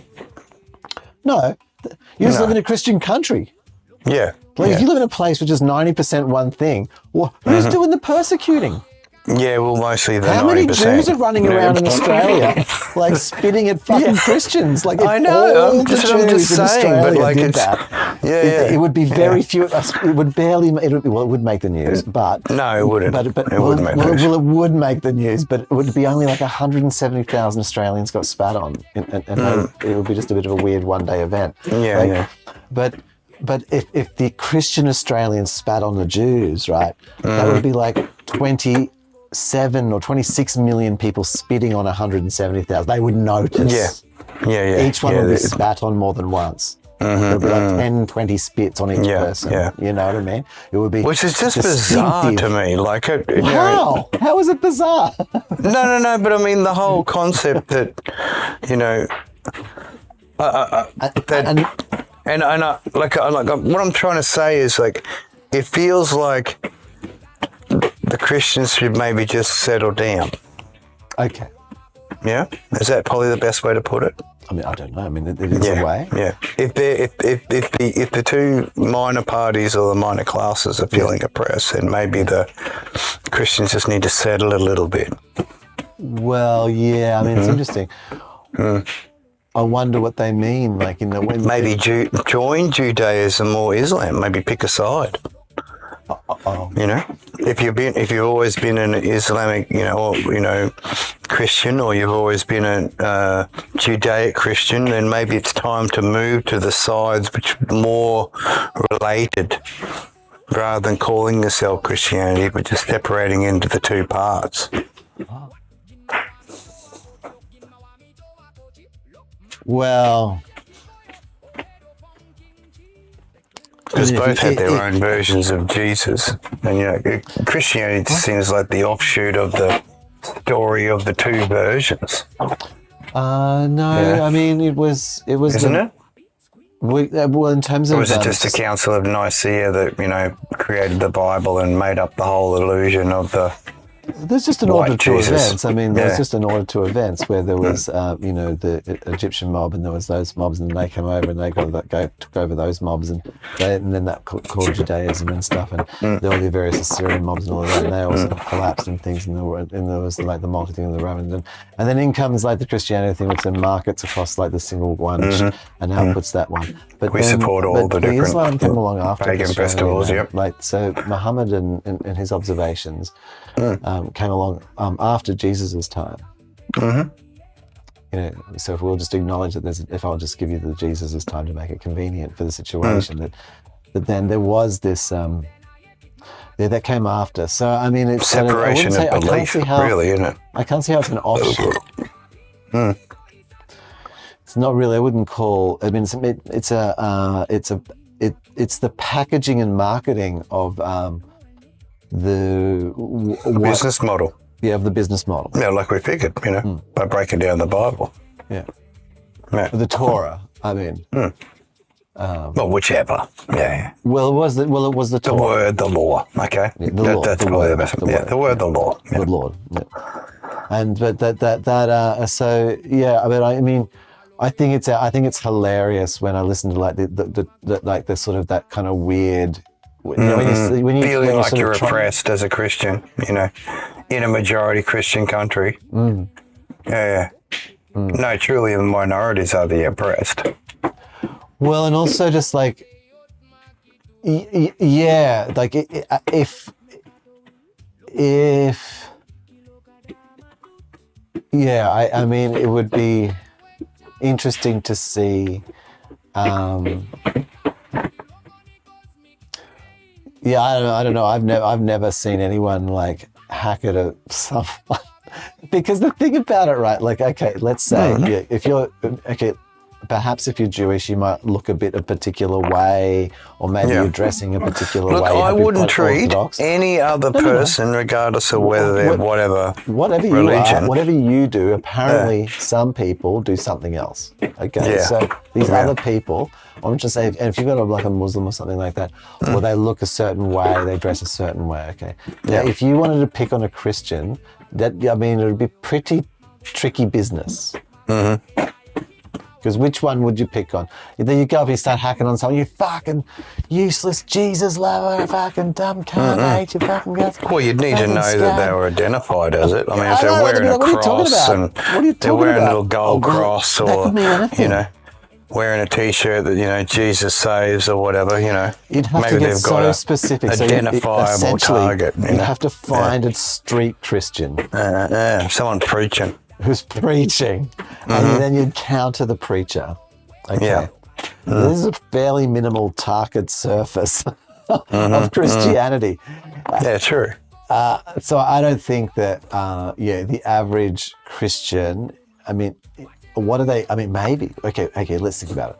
So because perhaps in Australia, like of the Australian experience, so a lot of the sort of corner stores and things like have been purchased by Indian, and depending where you are, like they'll have been purchased by other people. Yeah. So then you cruise around as a Shrewd business people, yeah. So you come around as a white folk, you know, some sort of Christian white folk, you know, in your little fantasy, this is my country world. And then you go into these various shops, and there's someone My else in there. forefathers killed a lot of people to steal this land. Yep. And then there's someone else in the shop. And then regardless of what the person does, maybe they just don't, you know, they talk to you funny, or they, I don't know, you just start tripping on it and thinking that they're out to get you. Or it could be a whole range of things, to be honest. But besides that person necessarily doing Conspiracy to put the price up every time I come in because I'm a white guy. Yeah, even though the price is on that kind of stuff. Yeah. And and so if you add it up, you can work it out. And if they're charging you more than the added up price, you'd have to look at them and go, well, what does that mean? I mean, maybe they... Why do those coloured people get free coffees and I don't? You know what I mean? Like, you don't know. You're trying to figure it out. Well, loose buttocks. I'm going to say this. The reason why this happens to Christians, so, okay, across the road from me, right, Yep. is very much one of the people who are concerned that they're hated, and it's one of their schools, right? So Yeah, right. I look across there and I assume, I'm going to just literally say, I'm being very honest. I'm not stalking them. I do not know who their suppliers are. I mean, sometimes I see, if I tracked the cars that turned up out the front, I could possibly work out who their suppliers are. I'm sure if you started leering, they'd be noticing. Yeah. Maybe. The point is that I can assume that, for example, the Jewish folk across the road probably preference purchasing from Jewish suppliers. Yeah. Maybe they know them, friends. Maybe they're like their children go to the school. You know, like all sorts of reasons. Families have known each other for years. They all have different trades, which correspond and work with each other. Yep. So It's they don't called need networking. to hire. Yep. They don't need to hire a Christian anybody. Now, and it says they're hiring their friends. Yeah. And so is this racist? Like, is it a thing? No, so hang on. So now maybe the Muslims can also do that. Maybe they also do. So maybe what happens though is that because the Christian model was around the marketing, okay? So it wasn't less around the business model. Yeah. And more around owning the marketing. So what it ended up doing was it went out and it collected so many people from all over the place. Okay. That it kind of then diluted that ability. You didn't really know. And so there are these things in Christian systems. Well, there's all manner of Christian, from the gun-toting, guns for Jesus in Indonesia, all the way through to the, hippie, God is an alien type Christians. There is. So as a result of that, it's harder for that kind of, I'm a Christian, you're a Christian, nudge, wink, wink, do compatibility. There's no solid compatibility because of franchisees and too many franchisees. There are not many franchisees, and they've all got their own interpretation of what the franchise is. That's right. So because of that, there's incompatibility in rule sets, and just can't even identify each other. You wouldn't even know. No. And then you'd have to get into a debate about some semantic. So. Well, not many people know other Satan worshipping Christians, so it's a bit difficult. Yeah, and there are attempts, but like within certain church micro groups, like the Catholics, for example. Not everybody knows.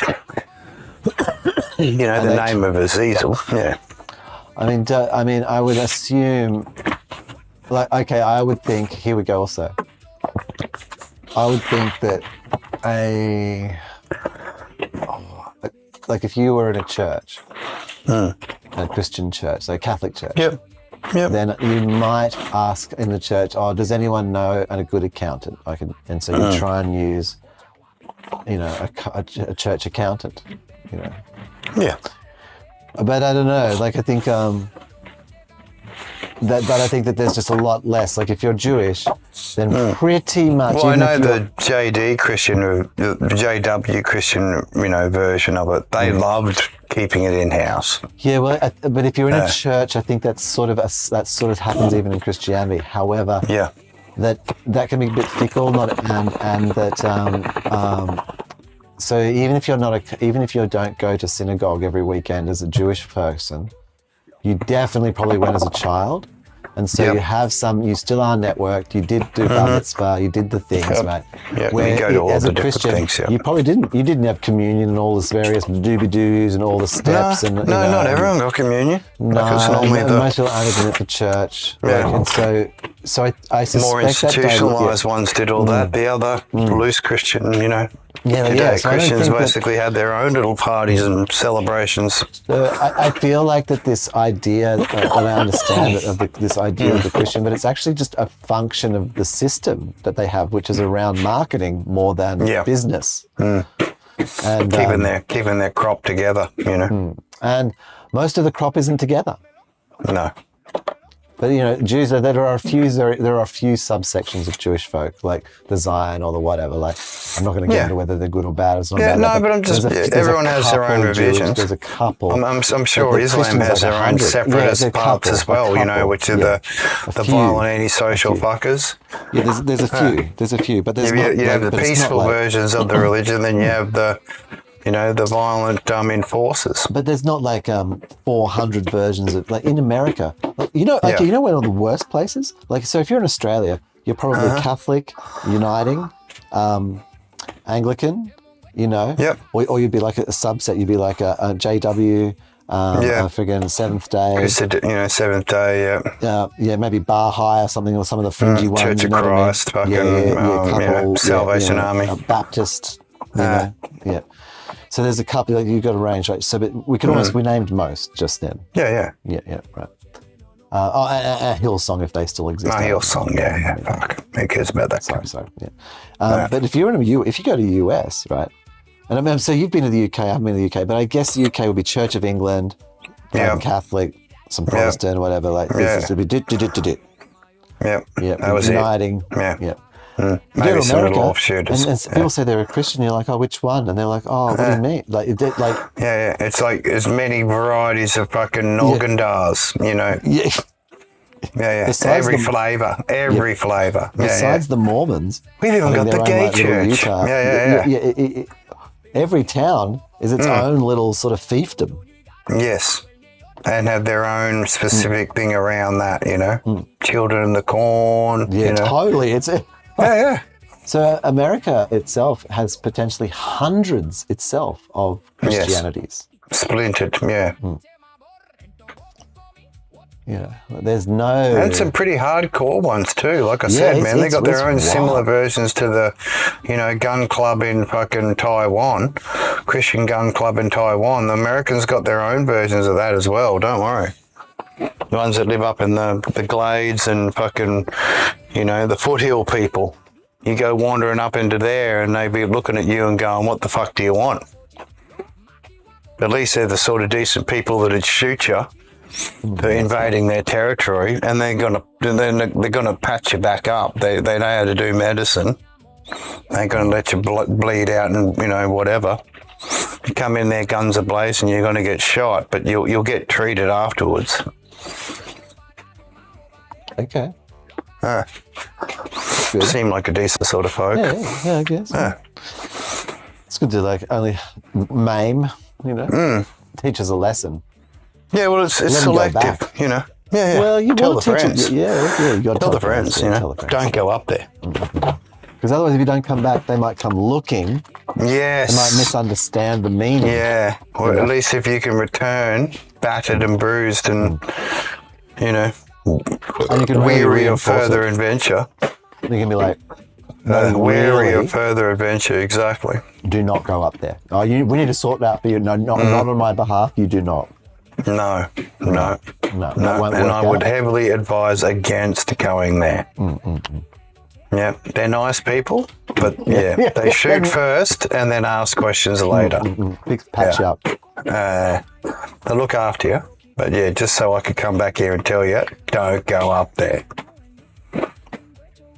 They were kind enough to let me live. I really appreciate them for it. Basically warned me if I came back, they know who I am. Won't be fixing up next time. Fertilizer. That's right. Yeah. Grow a nice tree on you. Well,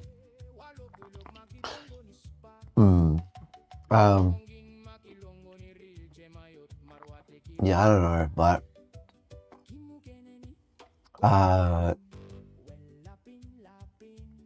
But yes, don't know. I hear where you're coming from. It's hard to say anything against someone who's being oppressed when you're the oppressor.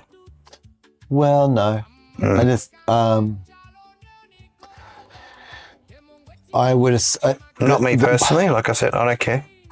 what generally happens in these situations, like, okay, I would hope, I don't know, I will hope that in such a scenario, like might be like the Royal Commission in Australia that's going on, right? Yep, which I think's a good thing anyway. Is that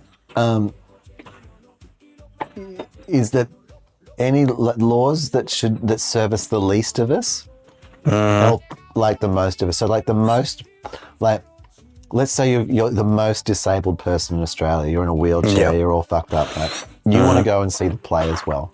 So Yeah.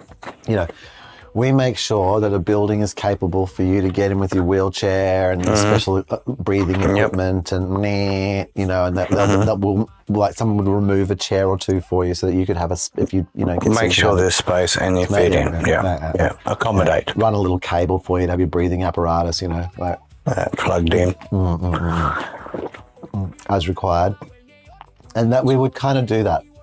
People in the shops might be like a little annoyed, like, because they don't really understand and like it's not really there to deal with disability, but like they might be there and they'll still make way for you. They'll still help. Like they'll come out the front and ask what you want, and is there something I can help you with? But it's just I meant like just another client, another customer might be like a little put out, but they'll probably like just step out of your way. Even if they feel a little put out, they'll keep it to themselves. So, I mean, but in that regard, what that means is that like that you've got a nice ramp that you can, like, an able-bodied person can still use it. Most places require accessibility. Yeah. But with that accessibility, it means that a normal person can still use it, and you can use it better. Yeah. Like, it means if you're like a truck driver and you need to drop a delivery off, now instead of stairs, you got a ramp. You got a little ramp to go up. Yeah. And that kind of thing is beneficial. And so in the same thing, like if, in that same thing as like in that same way for Jews and Muslims, like so that if there are laws that protect them and like make sure that there's little accessibilities for them, that will be available to Christians. Yeah. Like just the same way, like the ramp, nice, like the bigger doorway, Yeah. like that'll be available just like it's for the disabled person. Everyone benefits. So in this, like the Jews or the Muslims, like they benefit from being like not being able to be, people can't be mean to them. Everyone will probably hope, I would imagine, gets the benefit. Yeah. So the more like able-bodied not having other people mean at them.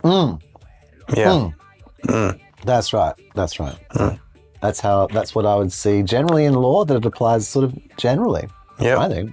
We could all learn to tolerate one another, knowing that there's possible litigation if you don't.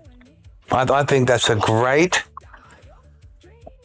incentive not to do the wrong thing. I don't know. It is interesting. I mean, there was a guy this week who was proud to be litigated for saying the wrong thing. Oh, okay. Like, happy to pay for voice. Yeah, paid to have a voice. Yeah, paid. Yeah. The fee, Yeah, $1,500 that's good. something like that. And brought out his little symbol, you know, from a little Hindu symbol and showed it Waved around. the thing and and said the nasty words that That's everybody right. hates, or all the particular people hate. That's the right. particular Said the people nasty like it, words. like, you know, get a little triggered out. Yeah. So then, so you know, and he was like so Right in satisfied. my So there you ancestry, go. I'm feeling satisfied. I've got my say in. Did my piece. Yep. Here's me 100. Now, Three. I mean, I wondered look, about that. I'm going to up it myself. I'm going to hurt myself and give you 350 because I want to throw in this extra racial slur. but from my a understanding completely of reading different, the book, you reading know. the word, that seems appropriate. Like normally, if you were like going to do a sin, then all you do is like give a cow or whatever, and you Calculate what the sin's going to cost you and make sure you got it handy. Yeah. So perhaps what we could have is everybody who like hates the Jews could just turn up and give them a hunch, and then just fucking let rip, fucking cunts, fuck you, right? And then it could be like another one for the Muslims, right? So you could just have like a local Muslim that can earn Cashing money. in. Cashing to be your Abusing local booth. Instead of a kissing booth, you've just got a booth. They can come up, they can tap their card, get half an hour's worth of abuse. Just lay it in there all the way through to 350. 350. I'm feeling extra racist this afternoon. I got cut off at the lights on my way home. If I say specific Can I just things come about your down life, here and just give it to you? Can I target you specifically in some of them, like the particular, and then pay you for it because you know. Well, look, I mean, if you want to just do generic Muslim bashing, that's 150. But if you want to actually pick on my appearance and other things as well as, an extra 250 would be fine, and 400. And, I'm satisfied that you can just look. have I'm going to have to draw the line with if you insult my God, I'm going to have to behead you. Well, would it be the God or your mother? Yeah. Well, it depends. It depends on how sensitive, again, you are, you know. I think so. It could matter, And that would enable, like, so then we've built a system where there's a fee, you know. Yes, payable for being a racist. So you can get away with it. Well, not get away with it, but just pay to be racist. That's right. Pay to be racist. Yeah. I mean, and if you think about like what like those people, and that like would help business, a lot of other people who weren't rich. That would. Right. Yeah, because then they would adjust to not being racist because they couldn't afford it. Would you start to commoditize racism though, like where you could have the opportunity, like have a racist savings account? I mean, well, if you could throw some money in there, so you only, can save up for that, you know, the bi-monthly or you know if once a year. You like 150 or instead of going on holidays, just get down the end of the block and just putting it into that cunt, you know, giving him every Aussie man dad's word under the sun. That's right. Right. So I tell him how many cocks his mother sucked. Yeah, that's right. That's essential. News, as numbers and details. Worthlessness of this stupid book and so forth. Yeah, my book's better than your book, I swear. That's it. Yeah, and spent the afternoon wiping my butt with it. Got to say, your book is way softer at wiping my butt than my book is. I think that the problem with like that fee, like let's say it's 150 or 1,500 in this other guy's case, like it's still affordable. But what that does is it doesn't really open up the potential of the market. And so I really think that I would recommend to the Australian, like to Australians sort of like into that commission, is that instead of like having fees of like 1,500 or whatever, you want to make it lower. Like if it was affordable, like if it was like 100, if it was $100. Yeah. So you can make a decision between like, you know, getting drunk and being racist. Like, so you can have one or the other. You'd make a decision as you're sort of an average sort of worker. Well, you know, most Aussies would just choose being an alcoholic. That's right. And I mean, that would reduce it immediately. Yeah, of course it would. But I think that we could have, as opposed to just having what if you open up the market to 10 times, and and so everyone can have a go? I mean, is it better? Like, is the McDonald's better? Could you get a family discount? Like, Oh, so I want to bring the kids along. so that they can learn the ways. Yeah. Of Almost really like pissing Disneyland on, of like, racism. Yeah. Come on down, make fun of their symbols, throw the blood on the wall, have the little spray can, buy the spray can at the, when you're coming in so you can spray the racist slogans. Yep. Do a tour, like a family day out. Would there be different fees for different things? Like if you said something or you wore something or you pissed on something, like would like peeing be worth an extra fee? I would think so, If you're prepared to put stink finger on the wall, then you'd want to be paying for cleanup. Yeah. So the commission essentially is just working out like the fees that are going to be applicable if you wish to do various forms of racism. Yeah. Do you have the desire to crap in your hands and throw it against our facility? Yes, that's an extra, $300-400. say, $50 for cleanup fee. Yeah, $50. Yeah, I mean, you've got to make it, you've got to make it affordable. You've got to make it reachable by the average racist Australian. Like I said, you could you save for the whole year so you can get the package. Do the package.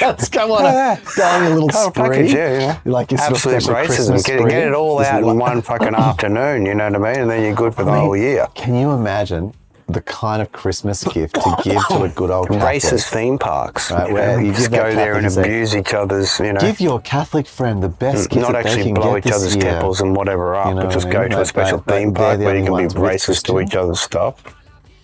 No, but one of the powers of being Christian is like with Christmas, you're just dominating, right?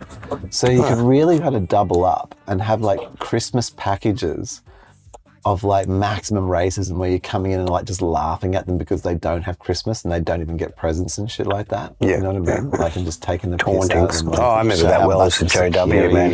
Yeah, We got none of that. We got no birthdays, nothing. I was like the center of ridicule when it came to all that shit because I didn't get any of the pagan fucking rituals, man. It sucked.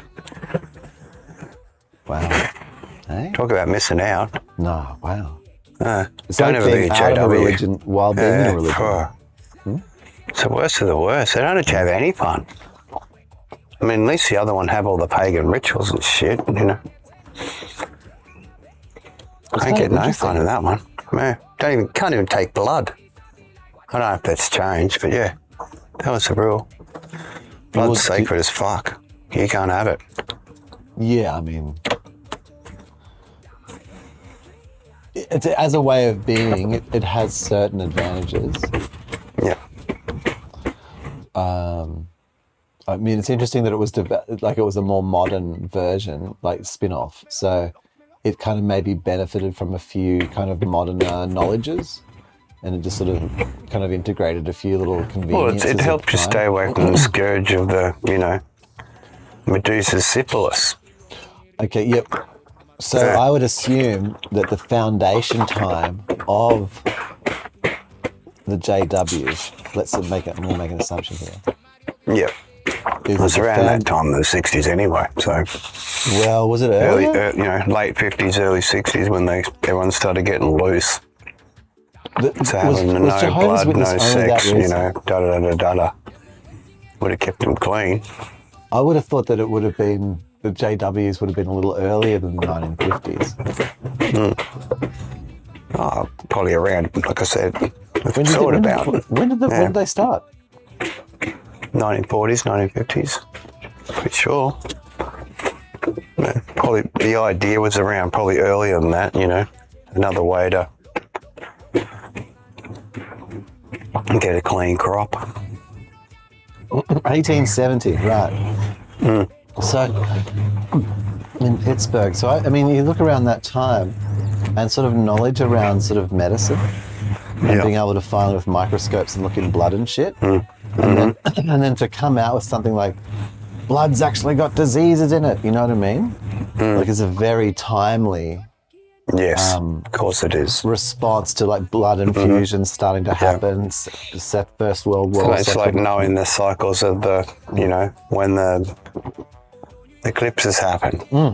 you know, to old people, if you knew the times and the cycles for eclipses, then you know, you could wave your hand at the sky and go, "Oh, I'll make the sun go away," and then it goes away. It'd be People interesting go, "Oh, how'd you do that?" if the JW, like that found one of those foundational purposes of the JWs was actually, it kind of grew on the basis of the fear of people starting to like do weird things with blood and say things were in blood. Yeah. It's like the blood religion. Mm-hmm.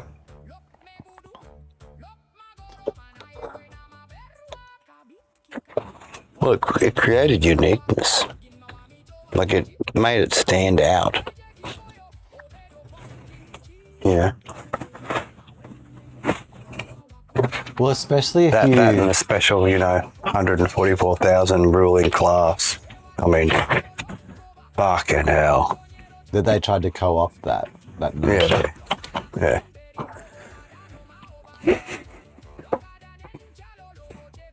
They, like I said, man, it took from so many others to make this thing. That's what it was, really. Copied a whole stack of other different beliefs.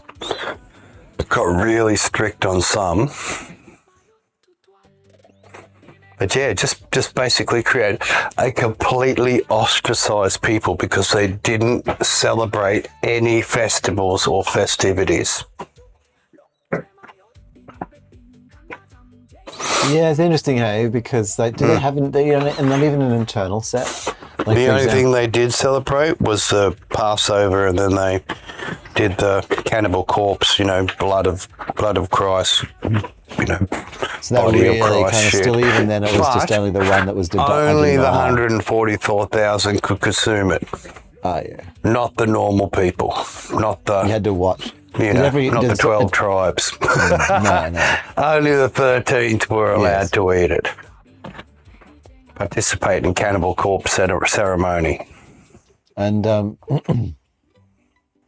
so even in that way, they chose like one of the less sort of fun ones to keep. Yeah. It's like, Which is kind of exciting, you know. yeah, I mean, it's something to sort Eating of to the Lord. aspire to. You know, that you get the chance. Not not all of them. Lord have biscuits and Lord drink. the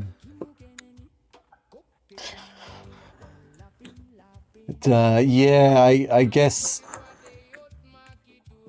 like it's interesting because, say, for example, in Judaism, they have different ones or similar, like near ones. Yeah.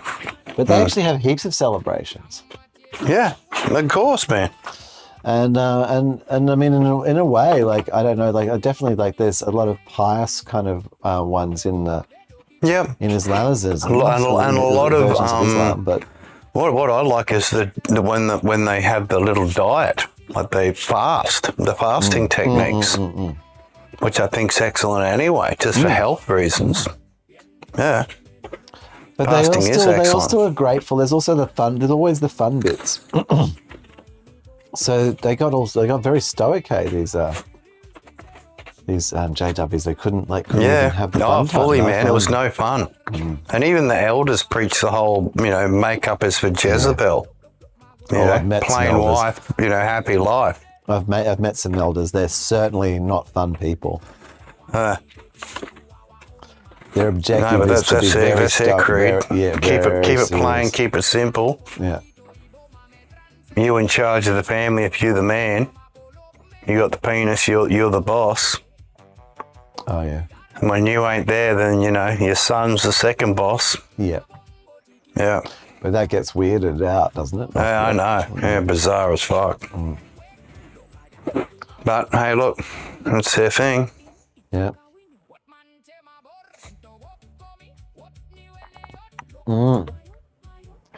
Here's the thing. I was talking to my dad today. He asked catch me. up. Yeah, for 4 or 5 hours actually, 4 hours. Yeah, good chat. Jeez. He asked if you had any Indigenous in you. Me? If you were like, yeah, one's 32nd. Oh shit! I mean, my family's been here for a while, I so was I'm probably wondering about it, thinking, and I was thinking about it, and I thought you know, maybe through your mum. 0.001% or whatever it is. You know, everything got mixed up at one stage. Yeah. Everyone were fucking everybody. That was my guess, basically, when I thought about it. I said, maybe That's it's when we true. get the Indigi mob into our blood. Yeah, no. Who knows? No? But I've seen a few people, get their 23andMe done and find out that, Surprise. Yep. Even as, that 0.001% or whatever. Or whatever it is to, allocate or qualify for it. I don't know, 164. I mean, okay. Here's my counterpoint. If anything, if I was, then I don't need the perks. There isn't very to many me, the perks. perks aren't necessary. I'm blended enough to be able to fit in without necessarily requiring the you don't need perks. special perks. Yeah, I don't know that there are that many perks, to be honest. Having them observed, like it's not. A lot of the perks, people say there's heaps, but for me, I don't need it. I'm quite happy to pay the tax and do the work. Most of the perks that are available to Indigenous Australians are ones that give other people the money to pretend to help them. Mm-hmm. Well, end up being perks for the business, helping. Yeah, it's not incentive money. Yeah, it's not really the Indigenous person who gets helped. Let's just say, like they don't get the money. They get given people who get given the money. Yep. The hand on, sort of like job seeker. You got it. Yeah. Yeah. Job seeker plus. Go along and study this course because that'll get us more courses. Yeah. You won't get a job any more than you would have anyway, but we'll have delivered the course, and that's what matters. That's what matters. So that's where a lot of that money is. It's not really, That kind of sucks, doesn't it? That's kind of normal. The thing is, most of the at least you services say don't you do help the something, people. and you have done something. You're giving some money to your mates, eh? Yeah. Oh, sure. I'm not being fair. Come on, Yeah, you have done. I'm not being You're fair. giving some money to your mates. Yeah, no, I accept. In fact, you incentivise them to make you look good. Oh. Ultimately, you've incentivized them to employ people that would have difficulty, in certain circumstances being employed to make your mate look good. Oh, yeah. Yeah. And you only have to have them there for a little bit. It doesn't have to be forever. No, that's the way. As long as you want to keep getting a kickback. Well, and also you just get the little thing and then you let them go. Then something goes wrong, like a month later. Oh, yeah. Didn't quite fit in. Yeah. Stop showing up. Oh, yeah. Yeah, kept going walkabout. Yeah, which was where, he had 2 deaths in the family in a week and, in 2 weeks, and just couldn't show up. And didn't know how to mention it and felt really ashamed because it was weird. Yeah. Couldn't talk about it. Yeah. No, I get it. Complete misalign. Boss automatically, thinking just, lazy bum, but not really. Being fully, responsible to family needs. Loses job, never returns. Place still makes its money. Does the placement, just, forgets to put the paperwork in a little longer. It's all good. Everyone understands. Well, a lot of times they get that lump fund. I know that in the old days they just got the lump, gunk. So whether they were there for a day or, there for several months, they got that little lump. Yeah, it can be a bit like that.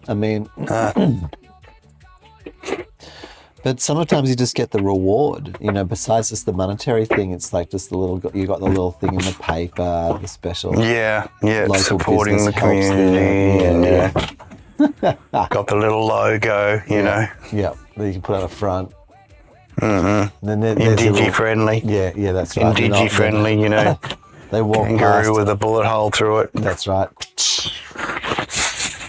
Only the best. Oh. Wow.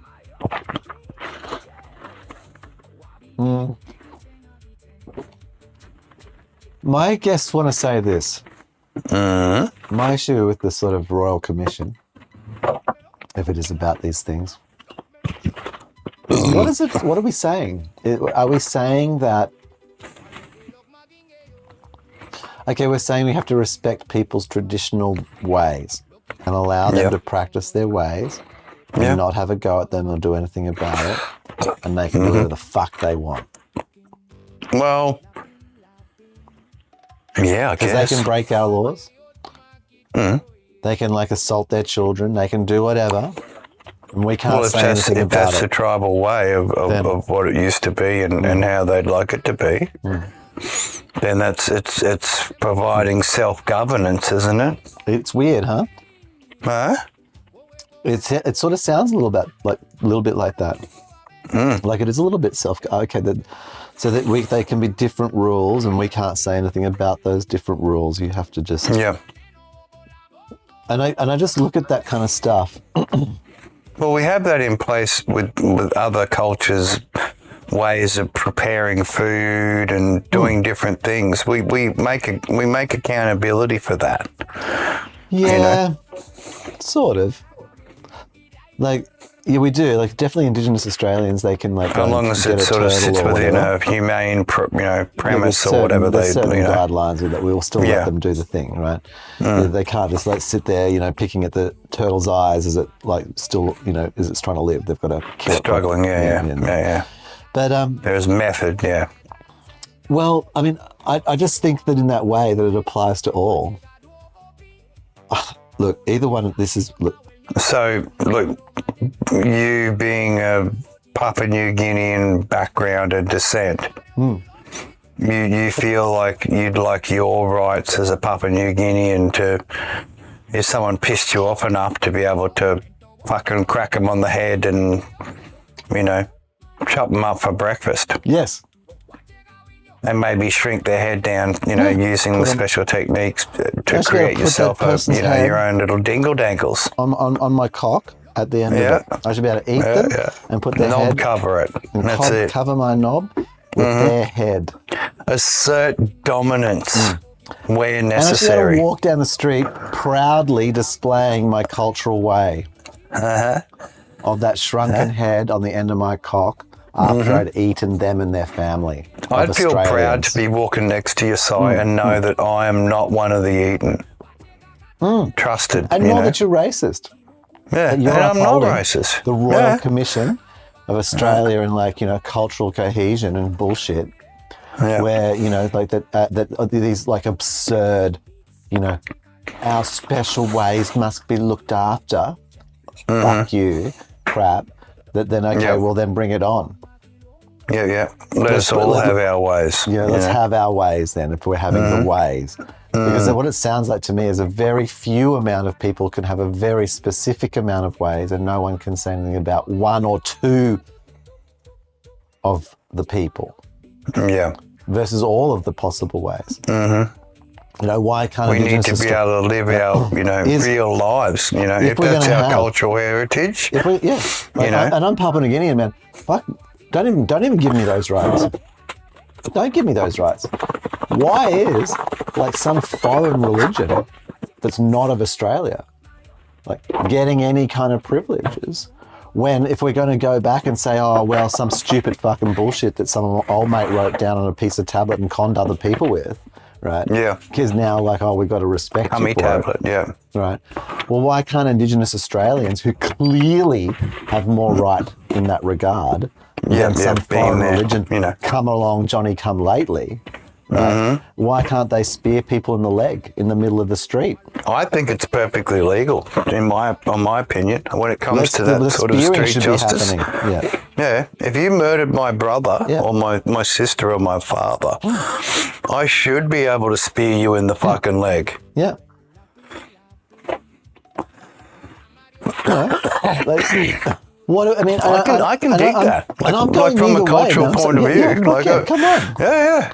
How is it that some friggin' origin story of some like little friggin' tribes who got jazzed over in the Middle East 4,000 years ago?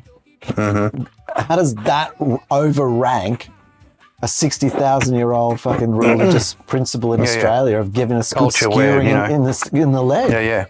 Splitting the penis up. Men took this, genital mutilation to the fullest extreme. That's it. Why isn't that the national way then? Since we apparently should be allowed to, you should get.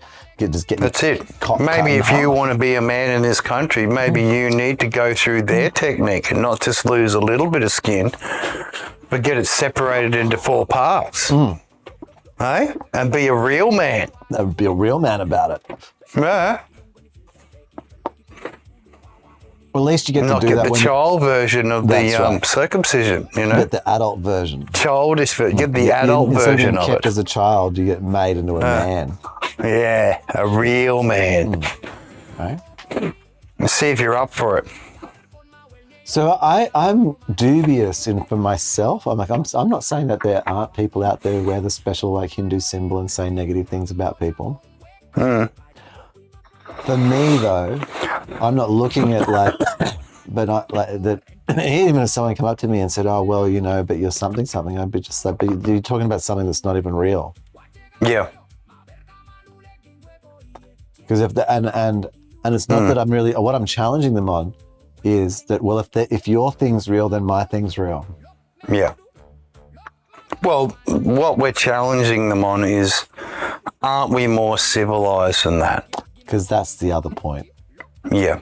If otherwise, let's Haven't we gotten to that point where, look, if someone accidentally kills someone else, rather than having to go through the spear through the leg ceremony, we can go, hey, look, all the evidence proved it was accidental. So there is, no real bad blood. So there is no necessity for the spearing. They can, pay a fine or, you can pay the special time. Yeah. Hand over your best weapons. They become the, prize of the other, other tribe. And that that to me is where So then you're going to have to craft your, a new set. Yeah. I don't consider myself anti-Senate. I do consider myself anti-bullshit. And the rules of any rule that's real applies to all things at all all levels. Yeah. And so to have, if that is what it is, then what? Yeah. Then what? And what does it open the door to? Okay, so I believe that I should just my religion is that I just masturbate in public in the middle of the street. I'm naked. Yeah. I don't have to wear clothes anywhere. In fact, that is canon. I have to publicly masturbate as part of my religion. If I don't masturbate in front of people, I will go to hell. That's it. And almost always in front of attractive women. It has to happen. Sometimes very handsome men, but mostly attractive women. Yeah. And so that's why I do it in the middle of the city in Sydney, because that's where I can get maximum religious value. Yeah, that's right. Yeah. That's tough. Yeah. No, well, it's true. And if I manage to spray on people, if I get some of my cast off while I'm in full goon, then I have a chance at maybe being one of the lesser angels. Upgrading. So, social cohesion. I want the Royal Commission for Social Cohesion should be allowing, and no one should be across all. No one should be having a go at me, putting me down, slurring. Trying to if you make want it a to wander crime, around in your native attire, knob cover and all, masturbating on my carrying enemies. your spears, That's it. masturbating on your enemies. Then that's my Australian right. throwing handfuls of cum into women's faces in the street. Yeah. You know, to assert dominance and, you know, go through the mating ritual. Well, no, I mean, for me, it wouldn't be that. I mean, how you had to take it to the mating ritual. How would she know what you like if she didn't taste a mouthful of cum if you threw it at her? You know what I mean? Like, well, I mean, I'm not sure. Like, that isn't in like the particular religion I was thinking of. But I mean, that maybe that is your version. I can't speak I'm to just that. throwing it out there. There was a lot of points being made, so I thought I'd just add, you know, something else to really scale it up. You know, to scale it up, just to make it just truly absurd. Bring back that true tribal, you know, mating rituals. I mean, Discover new ones. You know what I mean? Like we're in modern times. We shouldn't be stuck with the old rituals. We should find new rituals. And So I do you think we need throwing, do you think we need a royal handfuls of commission? cum at women in public probably could be a new method in dating. Are you suggesting? You know, because you know the dating market is slumping right now. Are you So suggesting? perhaps if we revert to these early monkey practice. You know, help primate us, practice, it might help us with our breeding.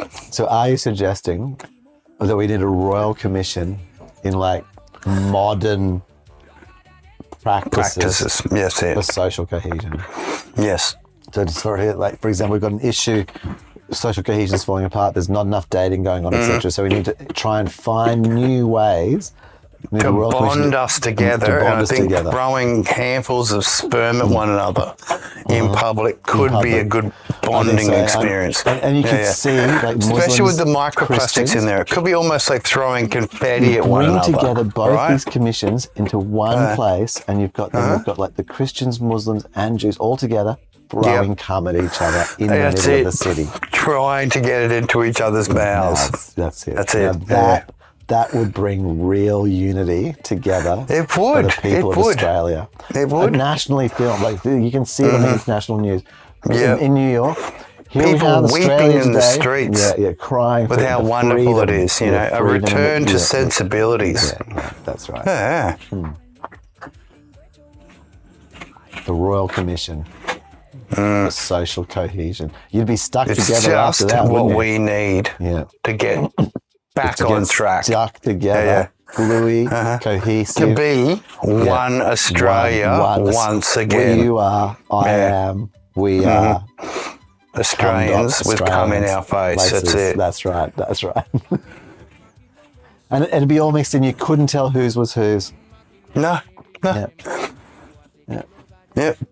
I have, you have, We'd share the all guilt have and the blame on simultaneously, everyone. and That's right. all would be forgiven. And you could see like just a frivolity that would come of it. By the end of the day, people would just be like laughing as they came on each other. You know what I mean? That's it. It would just be. We fought for all these thousands of years, and all we had to do was just throw cum at each other's faces. That's it. That's just all in the we had to hand. do. Yeah. And then just throwing Instant relief. all the Funny as hell. religions. Everyone rolling with laughter. Yeah. Everyone in stitches. Slapping each other, just gently, you know, just getting the sticky thing out, like rubbing it on. Like, oh, whose is that? It's like kick me, you know, it's handful on the back, you know, like the kick me sign, you know. That's it. Nice big handful just across the back. Yeah, It would work, you know. it worked. It's all about unity. Nothing brings people closer together than some serious dark humour. And I think that is what is required in this day and age. Like, we just need that mind-bendingly dark humour to bring us all together. We do. To just really show exactly what it could mean. True social cohesion due to the strength of the dried cum sock. Hey?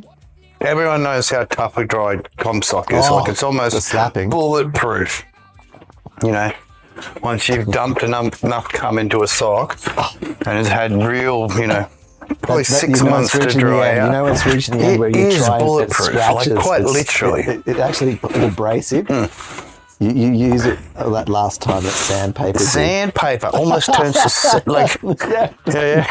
It's like fucking a sock full of sandpaper. That's it. Someone's taken the innards of your flashlight out and just replaced it with a roll of sandpaper. Yeah, it's that many, like it's that the sock has been dried out. In fact, there's an ants to like survive on it. They use it as one of their primary food sources. Primary food sources under to a just survive. young male bedroom. Get down there. Yeah. Feed a whole family. Oh, look. Enough protein to feed a there's whole like- ant farm. Yeah. Lasts for years. Keeps them going. You know. They sing in praises. It's better than manna from heaven. Like it's the equivalent of manna from Yeah, heaven. that's what I was saying. Like, It what is did you think that sticky, honey, sweet, tasty thing that came out of the sky was? ambrosia? Started off as wet. By the time it reached the ground, it was light and fluffy. There you go. I always thought it was, special fairy floss. You reckon fairy floss? Man. I think it was dried God cum Blinging that came all the way down from the atmosphere. And then by the time it landed on the planet, that process of coming through the atmosphere and then landing, it's like popping corn. Okay. It starts out solid. By the time it hits the ground with the heat and it turns So into is like a light and fluffy popping corn Is with this a like slight honey planetary taste level? to it. We're talking like, so for example, your God It's cum better than space meat. is basically like sort of comets. The God cum is like just comet storms coming in, like sort of meteorite comet storms. And as they come It's down, a giant glizz coming in through the atmosphere, frying Landing on the initially, egg of the getting the hard planet. coating, then snaps off, rains down like popcorn. and then finally landing in like in this, and that sort of engages. Little and mist on the creates- ground where you can just gather handfuls, put it in a basket. And then they acted as like kind of like seed bringing. Well, certain it'd stock. last a few days, depending on, Well, up to a week, God willing. if you're talking about like primordial Earth and like comets and stuff and that kind of scale of thing, then I mean, again, that they certainly could. They lasted more than days. They lasted, millennia. But maybe some of those chemical reactions didn't take millennia Sprinkles, just like sprinkles. as well. Some landed in the right soup. Yep. It wasn't bin soup. It was more like, well, it was a bit like bin soup. Jizz soup. Yeah, well, it added the jizz to the soup. Because the planet was the soup and the God thing came in. But like, if you think about, like, for example, this God rain coming Dropped down. off its Like, let's talk, like, if you think about this God rain, it's pretty delicious minimalistic. spices. Well, it's just minimal. Like, whatever was being described, whatever you were describing, was not covering more than planets. It wasn't even covering. it was a just like localized sprinkle. area. It was Yeah, yeah. sprinkling. Exactly. It Yeah. was like a little bit of a not much. It was a sort of a premature. It was like a preemie, like a little bit of like it was. Well, you've seen the craters around the Earth where rocks have hit. So this is more what we're talking about, right? The big wads that came in the early Yeah. days. Early, Yeah, cracked. It sort of No one saw it. semi-baked. yeah. Semi-baked as it was coming through, like the outer crust then broke off as it got through the atmosphere, and then the fluffy interior from the heat, just enough heat to make it all popcorny. Sprinkle down, bam, localized area, just for you. I was aiming at you. Well, there was no one around at that time. Yeah. Like, that's a long time ago. No. Back then, you'd had to be real specific about where you dumped a load. Oh, You could Wouldn't have you? dumped it across most of the west coast of Australia. I mean, like, there's some pretty. No, I think you could go pretty wide. Like, Or I think go you the could- whole, you know.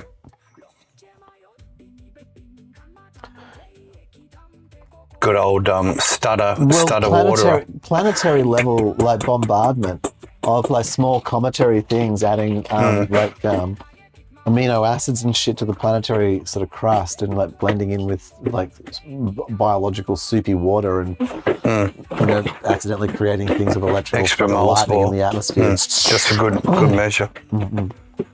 Right. That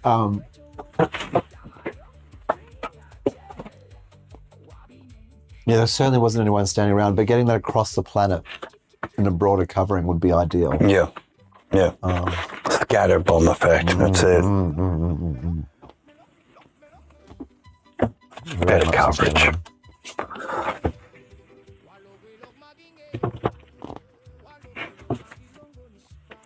Searching. Got snack slap down. Okay.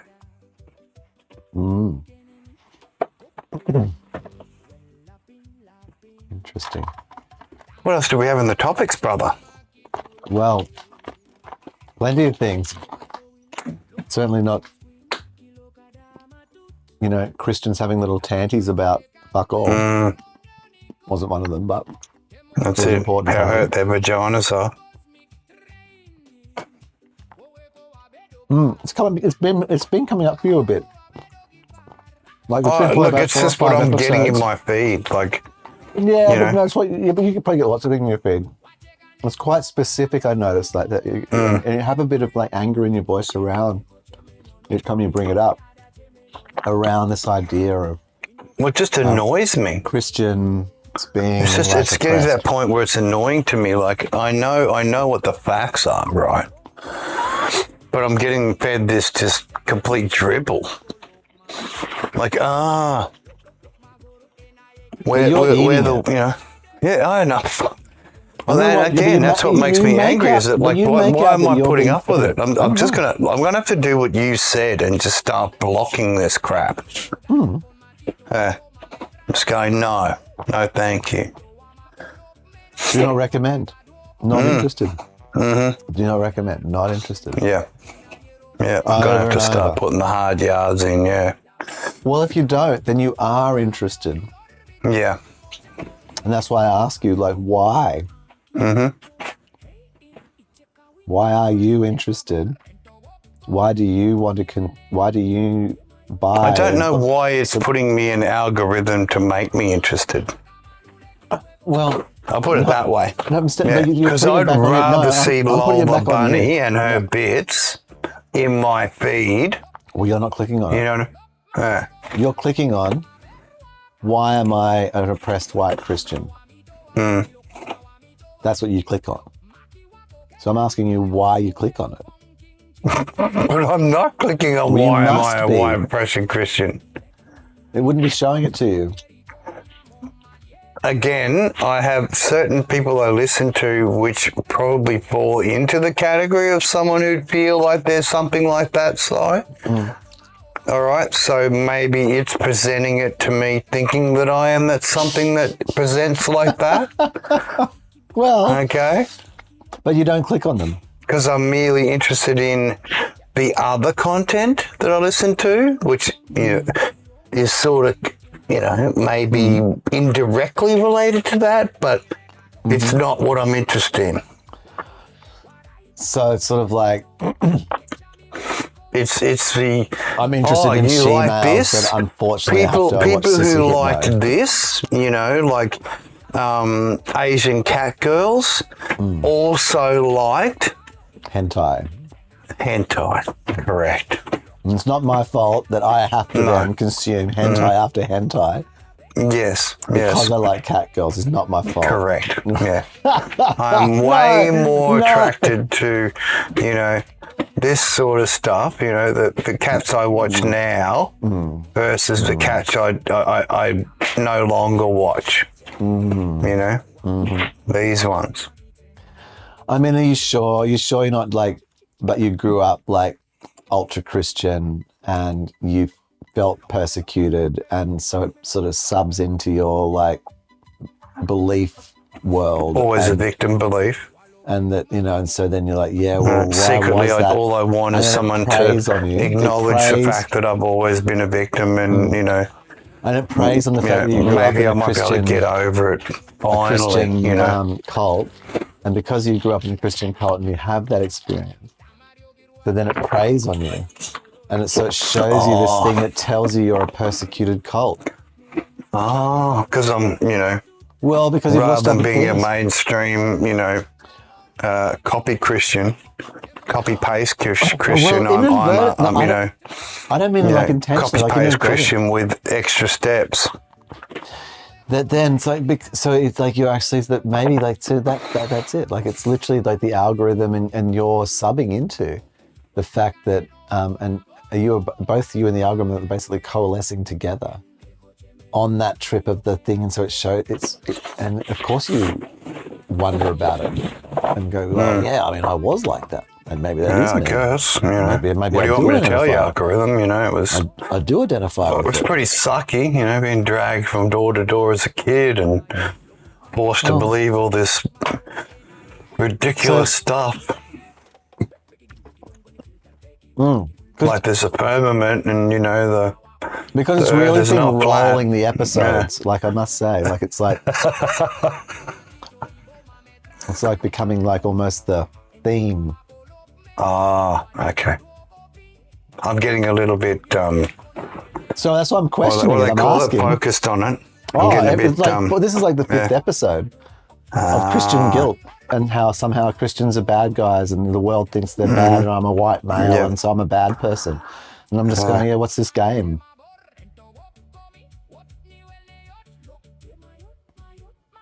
I don't think it's any game. It's just, I mean, what is it? Like, I guess I'm working my way through it then. Okay, like, yeah, what is it? Like, it's a thing. Like, it's big. I don't want it to be a game. No, It's, I mean, you it's know, like, where's figure the out what the play? hell's going on and why I'm getting fed this bullshit. Yeah. Yeah, but no, because you're watching it.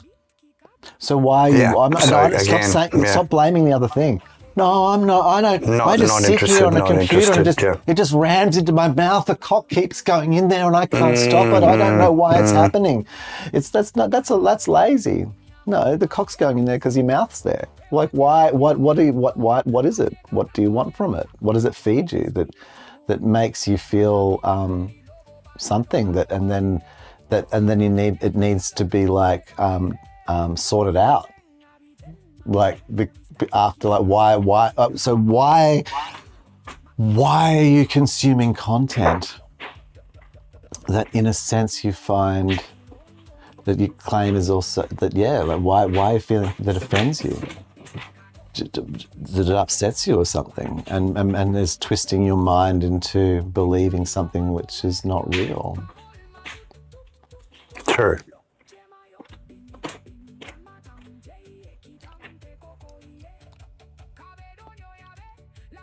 Why be susceptible to that? Like what's the advantage of the content that you're watching that is so compelling that it's worth then like feeling like an emasculated Christian white male all the time?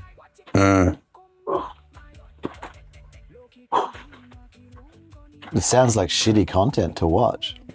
Yeah, true.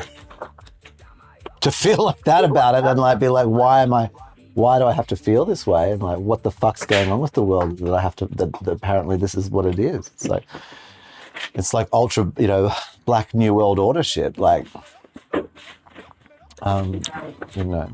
All stuck in our little meme camps. Well, okay, like I might watch some hypno porn, but where which was a Black New World Order or something like that. But the thing about that, if I was watching it, would be like I'd be going, "Yay!" Maybe like, "Yay, I am a sissy." It's fantastic. Look at me being like, So I wouldn't see it as like a put down. Getting into it. I might not see it as a put down. You know what I mean? I might see it as like something which is like to be aspired to. Like as an example. Well, maybe just the fact that coming from that background, it to me like it has reference. Yeah. So they with pitch that you. with that bit. That's what I'm saying. They're I trying to fucking reckon pitch they pitch you. to ex Christians or Yeah. people who have left and like have had enough of the And you know what? psychobabble. Yes, Yeah. and in America, right? Because of course, you know, you're a JW, right? But, no, you're not. You were raised and That's right. they tried to put the retard pill in you, the JW. Yeah. And you rejected I it. couldn't swallow No, it. you Yeah. couldn't swallow. You spat it back in their face. It was you look the at like a 90,000 milligram gummy worm. That's right. You put Yeah, it you became put that back in the regurgitation primary stew. market, Yeah. like of the content you would be watching out of America, right? And that stuff is coming from a 1,000 different little whacked out JW camps, type camps. You know, all Yeah. cult land, man. Like that is literally 1,000 little cult lands of these little tripped out fuckers. And so Going to they bed are now. then all in their disenfranchised little whacked out state, trying to like pull in the little thing, you know. Well, you diddled as a kid, like, you know, like, and then everyone roddles in and they're like, yeah, look, we don't get any of the things, Like, is it are you like a type? Are you being catfished by a particular Probably. form of like? Probably if it Gander. continues to, you know, unless, like I said, I'll start going, no, not interested, It's hard. go away. Yeah. Have you done much of that? I have done with some of the stuff that's come up, like things that I'm definitely not interested in. I've gone, no, How many did you do today? what the fuck? Huh? How many of you? How many Today, things did you say not interested? No, do not today. shows- I didn't do any today. I did a couple, you know, a few days ago. Just went, nah, not this. This is not what I'm It's so hard. interested in. Anything. Yeah. And okay, I can watch science channels, right? But yeah, you get the little simpy, you know, Christian girl bouncing on the screen talking about, you know, blah, blah, blah, blah, blah, blah, blah. And then you're like, Like, it's so easy to get simped out into that, you know. I don't know. I mean, like, okay, what I want to say is this, right? Like, okay, so on my daily basis, I would watch science, robots, tech, AI, Yeah. you know, news, advancements. That's what I watch. Okay. And that can spread out into, because they're related topics, maybe to war-y kind of things and stuff. And so Yeah, we'll get a bit yeah. of those, so a bit of a crossover. And Crossover probably did something between 'cause it things, yeah. involves some chips and some shit, you know, and whatever. So, but what I discover is like, and I'll get like some tiny little bit of fringe, it will attempt to show me some other sciencey channels. And it's this particular, it'll show me a few, actually I blocked them, and it'll try and, because they have, these particular clowns have so many channels Yeah. that they, and it's like, I don't know, that Try and bearded guy spruik with the their other glasses. channels with the It's the bearded content. guy And, with the glasses and some redheaded chick who do sciencey things, and I literally have to, and like, or Linus. I don't know how many times I block Linus, and that little prick makes another channel, and I have to block him again. Like, but it's very few. Okay. Now let's say that. So in the last week, I watched a little bit of stuff around girls saying, "I'm lonely. I, can't get a man." All right. yeah. So I watched a couple of those, and so I've had to go. Trying, and yeah. I've watched heaps of science content. I am not flooded with 100 channels I need to block of other science content. Just the ones that you've specified. Pretty much. Like I might get one or two other stray ones. Like I'll get a little bit of ambient. But what I'm trying to say is as soon as I watch something which is like, girls saying, oh, but if only I don't understand why I can't get anyone. It's kind of so obvious, It's that really, poisonous, weird shit, like about just how everyone's fucked up. I then have to spend a week killing off recommendation channels. That are associated Yeah, with man, what that she's fast. been. Yeah, That quickly. Like I can watch science channels for a year and barely see a new science channel on a weekly basis. And I will watch like 4 videos of girls complaining. Girls And whinging about and how. suddenly I am deluged. The moment I turn fucking 35, no man wants to, spend money on me anymore. Yeah. That video. What is going on? I have had to now not interested in block, like, I don't know, 30, 40 channels. Mm-hmm. Just from watching And probably 3 or quite 4 a of those few videos. OnlyFans as well. Like, here's my special, So there is look, I'm something... whinging about men, but here's my OnlyFans channel. when you're Why talking about- can't I find a good man? When Yeah. you're talking about the fact that you're shown stuff in your genre, Yeah. what's interesting about it to me is that there is something twisted in the algorithm that specifically, like, for example, if I watch those videos, suddenly I'll get 50 channels. I watch Yeah. science, I don't get 50 new robot channels. I'll get 2 or 3 new robot channels. No. Scarce and far and few and in between when it comes to complaining about how oppressed I am as a A white certain male, demographic. this or that, a certain girl, demographic, a girl, really. a And they're picking the 35-year-old girl. demographic because they got your profile picture, they know what you're looking at. Yeah, exactly. Yeah. If I was looking at bloody, badonkadonk girls, then it'd be feeding me the, Oh, yeah. this is how you shoot your cousin, Yes. Yeah. So, But instead, I'm watching, the dudes talking about how feminism's ruined their lives, Yes, and yes. I'm getting the Christians, Christian males are under attack bullshit. yeah. Yeah. And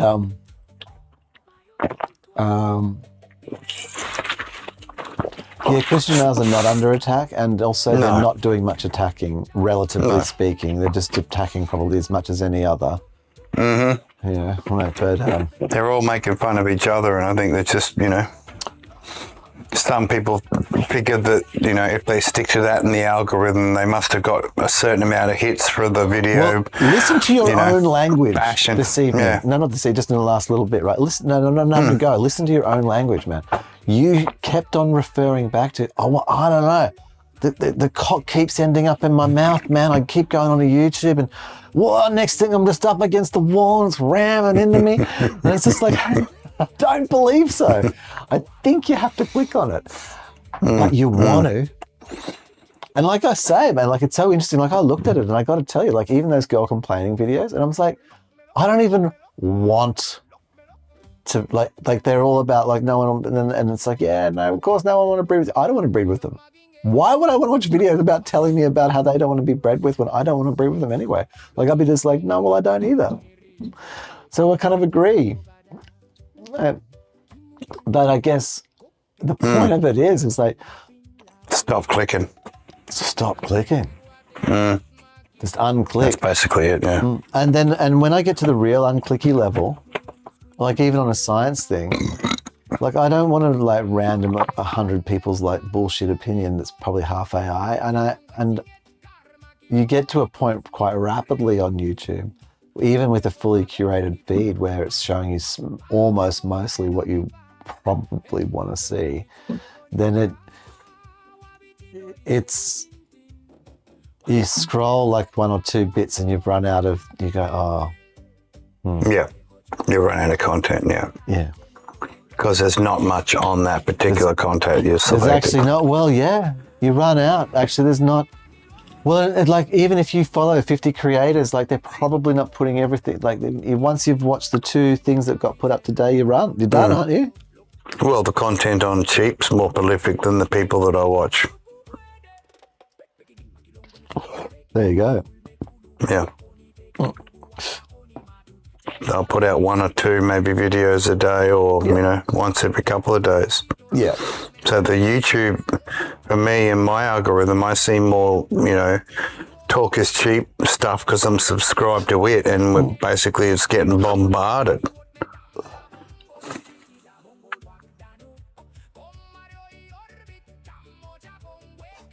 Because I'm subscribed. Yeah. So you see, like, I see all the posts that everything that you drop. Most of the shorts, it all pops up. I see some of it, yeah. I do see some of it. But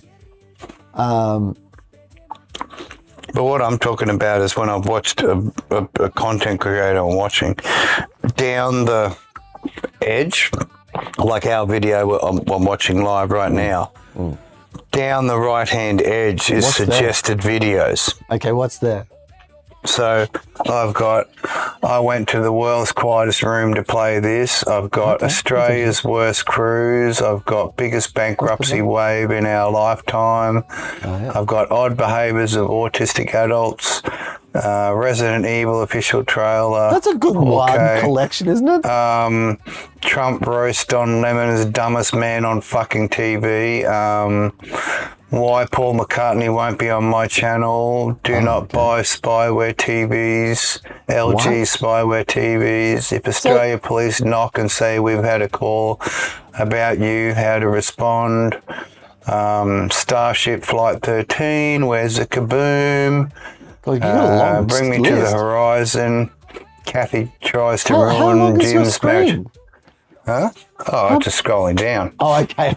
Yeah. I'm just saying, but that's what I'm getting so- a list. So like, Well, how is but that? that's just watching our video. I'm getting that as suggested videos. Whereas that's if a I very watch good some of the mix. other content providers that I might watch, I'm getting a list of all this other, Christians under attack and da da da da. You know what I mean? Like I'm like, what the fuck? What are you talking about?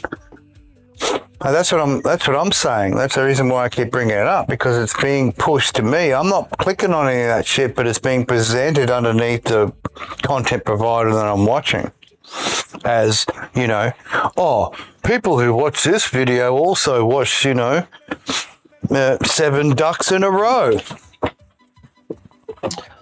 But it seems consistently to do with that particular content, person I'm watching. It doesn't go on about Christian crap. It goes on about relationships and things like that, right? But obviously they must mention Christianity or something quite a bit, but get the references or reference other YouTubers that have a Christian spin. But don't you go and watch Gnosis videos and a whole bunch of other kinds of Christian and sort of sideways like analysis of I watch some Bibles and- Gnostic stuff. I watch some Gnostic breakdowns on different texts and stuff, but I'm not. I don't consider myself. Like I said, for me, it's just more definition. I'm trying to figure out, from the book of doing business, what's worth keeping. Yeah, I mean, That's what I learned about the Bible. I to me, I look. I don't know. I look at YouTube and I look on the sidebar. Generally, it shows me stuff that, kind of a crossover of things I would click on and that might be related to the video, like a mix. But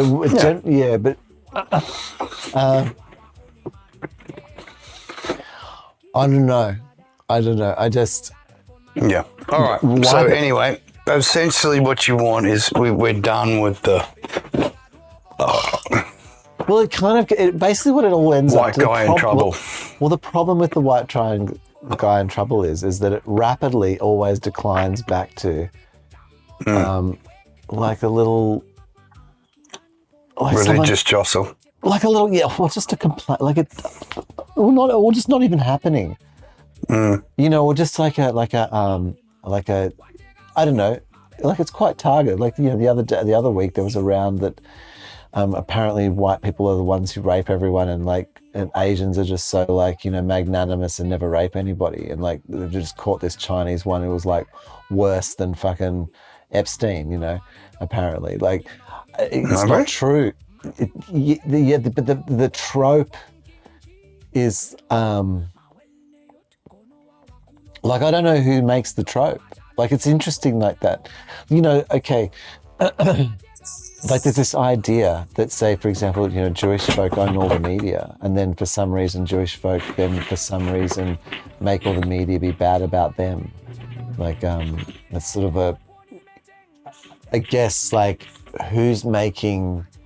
who's benefiting from who's making this? Christians are suffering. I don't think. I have a suspicion, for example, that Black New World Order videos are not made by black men with big dicks. No. You know what I mean? No. Like to try and belittle white men. I don't No. actually believe that. Like that just doesn't seem real. Just like I don't think the people who are making these anti-Christian videos and all the rest of it are actually Christian. No, I suspect that they're not like some kind of like priest in the Catholic Church who's like trying to get like wisdom out there to the people. Because of the Some bad sort of, experience. Like YouTube psychobabble. I wonder, like well, does the average Christian person feel persecuted? Like, what does it tap into? I imagine they wouldn't. I mean, But maybe they do. Maybe they look for, but maybe they don't, but they look for something to excuse, like say, for example, in classic ways of like, oh, you're having a little bit of trouble buying your snacks this week. Whose fault is that? Must be those people who own the other places, own the factories. Yeah. Must be them. They must be stopping you from them getting fucking your Hungry snacks. Jacks people.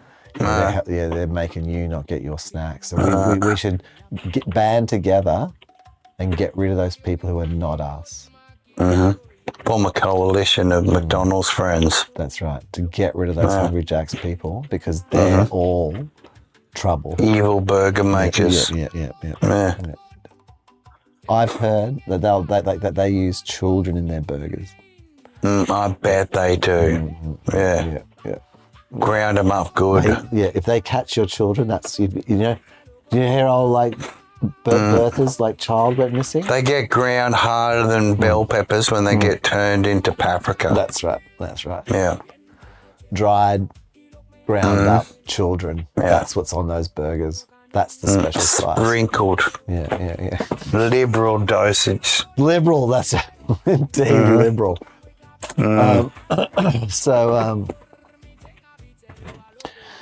So I don't know. Like, I mean, No, but I think I do need to look at what I'm. Yeah, maybe if it's going to continue like this, I might have to just drop that person that I listen to, so that I don't get the suggestions. And it's hard. Like I find on YouTube that it's very hard. Because the person was really interesting. Like they were doing some good analysis on fucking emotion. One video dealing with emotions after gaslighting and stuff like that, which I was actually interested in. That is a slippery. And then I'm getting this other crap on the side, and I'm like, what the fuck? I'm not interested in that. I've noticed any video, if you're a male and you're coming out, here you go. If you are a male and you're coming out of a relationship where you were hurt in that relationship by someone, probably a female who wasn't being very kind to you. Yeah. And then you go on the internet to try and examine like some answers as to why, understand what you were or what they were. Yeah. Then you'll get the... Then very rapidly, that is like one click away. Click away from like, women are actually like plotting against you with the lizard people. Like it really is. The deluge of Pope John the First psycho porn. It's fucking one click. Next thing you know, bam! Just a veil. Straighten your eyes. With lemon juice added. Super careful. It's like, I mean, and you only have to watch one. Like if you just watch one video, it will just attempt to then just dump you into the world of pain. Yeah. And you've got like the next group list. Like I said, from watching 4 videos or whatever, some videos of I ended up like almost falling. I could have rapidly be where my entire thread right now is women complaining videos and women dissecting women complaining videos and trying to call them out for being silly hoes. I could literally be like my entire feed is just hoes talking about hoes being silly hoes. Yep. Dating advice, giving each other dating advice. Yeah. Yeah. I could just be so swamped I could be doom scrolling all It's day. almost as good as the blind critiquing the naked. But I sort of, I get what I get is things like Raymond Reddington and Rick and Morty, and I try to not even watch that shit. But what happens is I realize is like, and the thing I got to accept if like I'm scrolling on the tube and memeing is that I've run out of content. Yeah. Because you have isolated yourself content-wise. Yeah, because I know I'm literally, because there is only so many developments. I mean, like, you could, well, most of my channels are companies. So a lot of the things that I get on YouTube are actually product announcements. Like, here's the latest thing, or Like these are the announcements. changes we've made to the latest thing. Yeah, and not from reviewers, but from like the companies themselves. Directly from them, yeah. Well, I've got a couple like that. I've got Alliance does a lot of that stuff with my digital high frequency radio. Yeah. And they do a lot of product drop stuff, yeah. Let's say you watch that relationship one, right? You will need to spend a week convincing the algorithm you're not interested in it again. Yeah. And if you don't spend a week, clicked on it once out of curiosity, a week, and it could be just deluging it. And I suspect if you were like adjacent to it anyway, you might, you'd just be on it. It'd probably presented just to be, maybe we should show them the, clown girls taking giant dildos, just in case he does like that. I guess the question to ask yourself too is like, what do you want to watch on YouTube? I mean, do you want to watch cat videos? Do you want to watch Christian videos? Do you want to watch, what are you I there like for? tech stuff like you. I don't mind people, critiquing media, and TV shows, books and stuff like that, Tough. Yeah. So you've got Self-help? to you got to be one step monitoring your feed all the time then. Yeah, because I'm just getting crap in there, man. And that's why, I'm like, good category. Oh, what's this? And then you click on it, and like you said, once you've clicked on it, you listen to, even if you listen to like 2 minutes worth. Dear man. And then, no, you clicked on it. Yeah. And it will just, it shows you so many. Lock you in. Yeah. Well, I ended up turning off the whole preview panel. Oh yeah, wow. Like when I go into YouTube, I don't get no For You page. No, For You and any of my what I visited previously, nothing. Oh wow. So I've cut that off completely. Funnily enough, and so you mostly see sidebar. Yeah, sidebar is where they're presenting it or trying to push it. Yeah. Can you actually say don't recommend this from the sidebar there with the triple dot? Oh, yep, I can. Okay. Yeah, you can. Actually click on it and go, no, this is bullshit. Yeah. Not interested, do not recommend this channel. I've got both of those. Yeah, and you just go, and then you read, and once you do it, and once you do them all, then you well, like I said, I've been doing them, and without that front page but then you blasting me with crap. You reload the page after you've done it, and then it will bring up a whole set of new ones. So you can just sit there casually for like half an hour. And then just chunk out the ones that it's trying to suggest that you're not interested in. Yeah, half an hour. Like it Do sounds a bit of ridiculous. I auto-editing. just said, just anyone who was missing the other I said, sit there for half an hour on YouTube saying do not recommend. Yeah. I didn't say like do 5 channels, I said fucking half an hour of doing it. Yeah. So like I said, I got no preview or, this is this is suggested. I got none of that suggested or what I've clicked before. No, unless I like it or add it to one of my, review later things. Then it is so desperate. I mean, I'm glad that you bring it to the attention of the channel. Like, I think that it's interesting to me to a degree that Christianity is tripping on itself being a minority and Yeah. and that it's under attack. I mean, and I guess when I was in America and I went into like a big, rock and roll church with all the things, there was an angle in there of that kind of humanistic. Well, look, We I are being would get attacked. it Like our people if were I over was there living and they were doing the in good work and they were trying to make a house. or Iran right now and I was a Christian, then I would probably actually have a problem. Maybe, yeah. Yeah. There would be issues. I mean, I don't know this to be true or not. I've heard that, for example, in Iran, that there's Jewish people there and they're cool. Yep. Not like the ones who are spying and being dicks, but I mean just like this average folk. Just doing their thing. Just doing their thing, Yeah.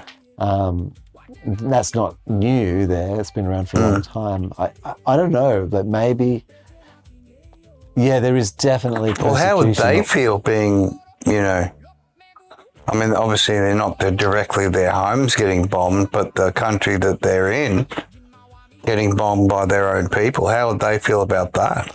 I wonder if they think that they're own people. I find this interesting is that it's a question, I suppose, worth asking as Australians, is that, there is like this Royal Commission into social cohesion and so it's looking at something. However, I think it needs to look at everyone. Well, however, when I look at, when I speak to people who are who believe in a Jewish origin story, as opposed to like a Christian or Islam type origin story, then I'm not certain that the thing. Oh, okay. What I'm not certain about is that they seem to be talking a lot about a different country. Okay, I don't hear them talking about. As an Australian, I experienced this. It's that and all of the comments I saw, like I was looking at, actually happened to see a bit of a newspaper articles on the subject, and it was like some person who was a Jewish person, like it was an Australian, who was being yelled at for something that is going on somewhere else. A different country did, right? Somewhere else going on. Now, that's peculiar. So now, if they want to say, no, I am an Australian and I do not have anything to do with that thing, and I don't send money over to there, and my family doesn't live there, and I don't ring them up and praise them for killing people, then fair enough. Yeah. However, I think that's where we need to realise that. However, I observe, if I was, the certain person living next door to the other certain person, and I was launching missiles at their house every afternoon, then I guess there would be some level of hostility. But if you're treating each other with respect and, meeting each other at the shops and interacting normally and living quite happily next door to each other, then what's the issue? well, yeah, but if sure, but Those other countries aren't the issue because you're living, harmoniously close to each other. Yeah. Yeah, well, if you're living in Australia and then you're sitting there every day praising the fact that your mob's killing kids in hospitals. What do you want me to, again, that's a different story because what's to say? You're just being, Well, yeah, but not even that. No, that they're right, and so I haven't heard many. Actually, you know what?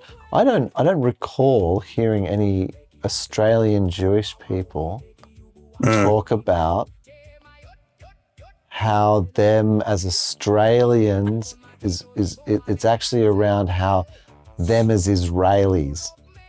Yeah. Not as Australians. Somehow, the thing that I get confused about is like that there's this commission going on, right? But it's not really about Australians. It's about a people who seem to identify as Israelis who live in Australia. Yes. But, and they want to have like protections under Australian laws and be seen as they are Australians, but they want to not be Australians and want to be is something else and want to be treated by as if they lived in that place. You know, So why don't they just go there and live there? I don't understand. Yeah, it's confusing to me. Well, I mean, a lot of them would, and that's what I'm saying. Like, a lot of them would have family and they'd be paying the special thing and have done the service and be welcoming over the special guy who'd come through the service because it's mandatory. So he's already killed his fair share of the other people, you know. And so after he's killed his fair share, then he's exported over here to like be a good boy. You know, like I don't understand why we're having people in our courts in Australia talk about how they should be allowed to do that's okay about what some other people do in some other place. It seems very confused. Yeah, like out of place or yeah, like I mean, are we like so? Are there any Australians in Australia killing Palestinian Australians?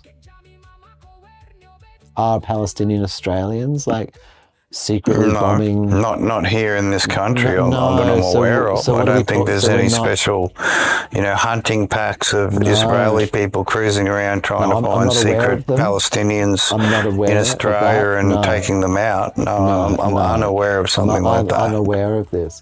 So let's stay Australian in 2026. And keep local. Keep focused on local. Yeah. And now I do know that last Christmas we had, 15 people taken away from us, Australians, by 2 other Australians, which wasn't good. Wasn't good at all. Wow. Tragedy.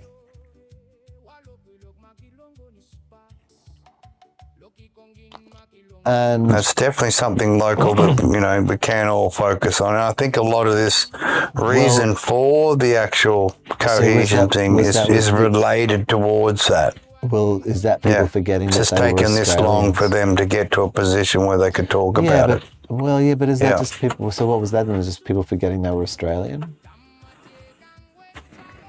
And they thought that they were. They thought they were in that other country. Yeah. Yeah. Where that seems to be okay. Yeah. And maybe they heard too many of and what I want to say is that unfortunately that the people who did the shooting, a lot of them feel like they're not in this country and they're over there in that country. And a lot of the people who were the people being shot, most of those people also don't feel like they're Australians and they feel like they live over there and they're doing that as well.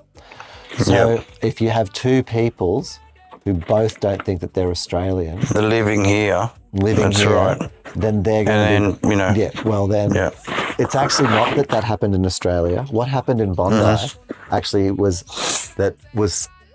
happened in Israel. In the Middle East. It happened in the Middle East. And we just got to see it here because those both sets of people... It manifested itself here. Yeah, because both of the sets of people thought that they were in the Middle East. Felt that they lived in the Middle East. Yeah, and they don't live here. And they don't follow Australian values. And they want to believe that somehow social cohesion is being allowed to even more so not follow Australian values. Is that it? And if they don't, and that we have no right to say anything about that. It's all a bit I guess only time will tell. Find out what this memorandum can do. Well, I don't know. I wonder how rapidly it will not matter, or matter even more.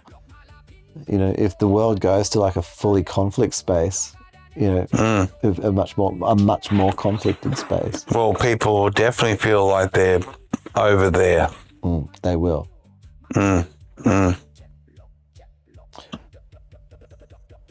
And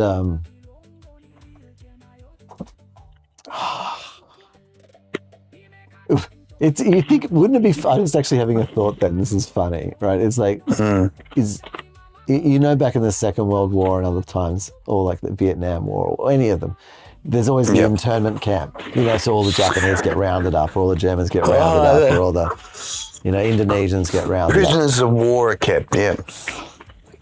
Well, the people who are Australians, but like, you know, like let's say we had to round up all the Jews and all the Islamics because they were fighting, so we had to round them up so that, like, what happens in a modern environment?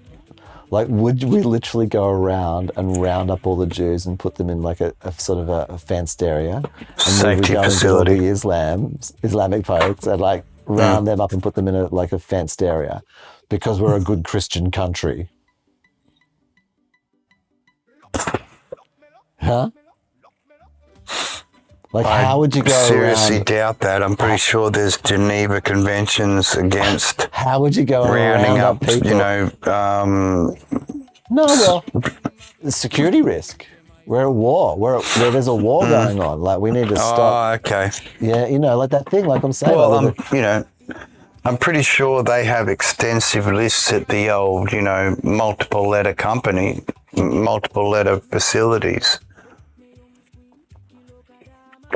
I'm sure they're well aware of people that, you know, they consider to be threats. Oh, but beyond just people. No, like in the Second World War, like all the Japanese in America got rounded up and put in fucking. Same in Australia. Like in the Second World War, if you were a German living in Australia, you spent the Second World War in a fucking tent. Yep. In a garden. Special, looked after, just in case you decided to, you know, due to our extreme paranoia, you know, someone who's been a citizen here for 30 years suddenly becomes a suspect. Right. That thing, right? In a world war now, what would a country like, what would Australia do? Like, would you just have to have like, would you have to have just like a series of internment camps? Have we gotten to that point where we're so multicultural that we'd have to put ourselves under house arrest? Yeah, I know, right? Everybody in the whole country would have to go into, you know, I'm sorry for our own benefit because the entire world is at war. We have to go. Everyone needs to lock themselves down in their own home for the next few months while the war is being waged. That's it. Yeah. Just in case people might think that they live where the war is.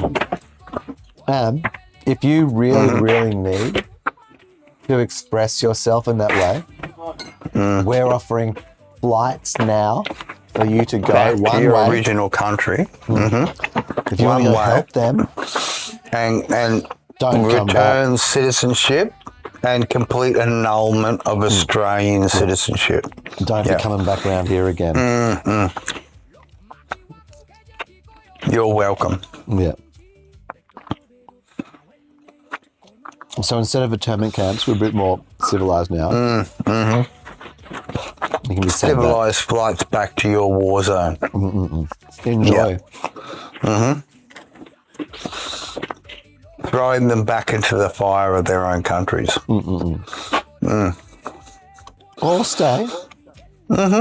Chill out. Enjoy. Huh? Play ball. You got to just, lock down. If you're an essential worker, then you can GPS tracker unit. We'll GPS track you. And you can go down there and make sure everyone gets their food. From the Coles, you know. That's all right. And make sure that you're not, passing off military secrets to other people. You know, we'll have a surveillance team keep an eye on you.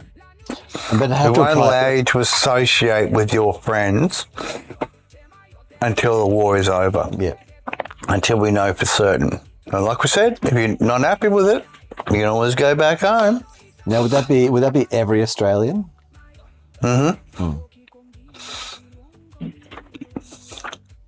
Or just Australians in war-inspired countries? I like to see it just like if it went to World War III, the Indigene mob just became the Australian police. Everybody else just got locked up. Because they're all from somewhere else. So that it's they're all bringing the war.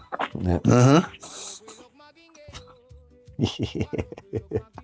Until we can trust the whole fucking lot of you, you're all locked up in your own homes.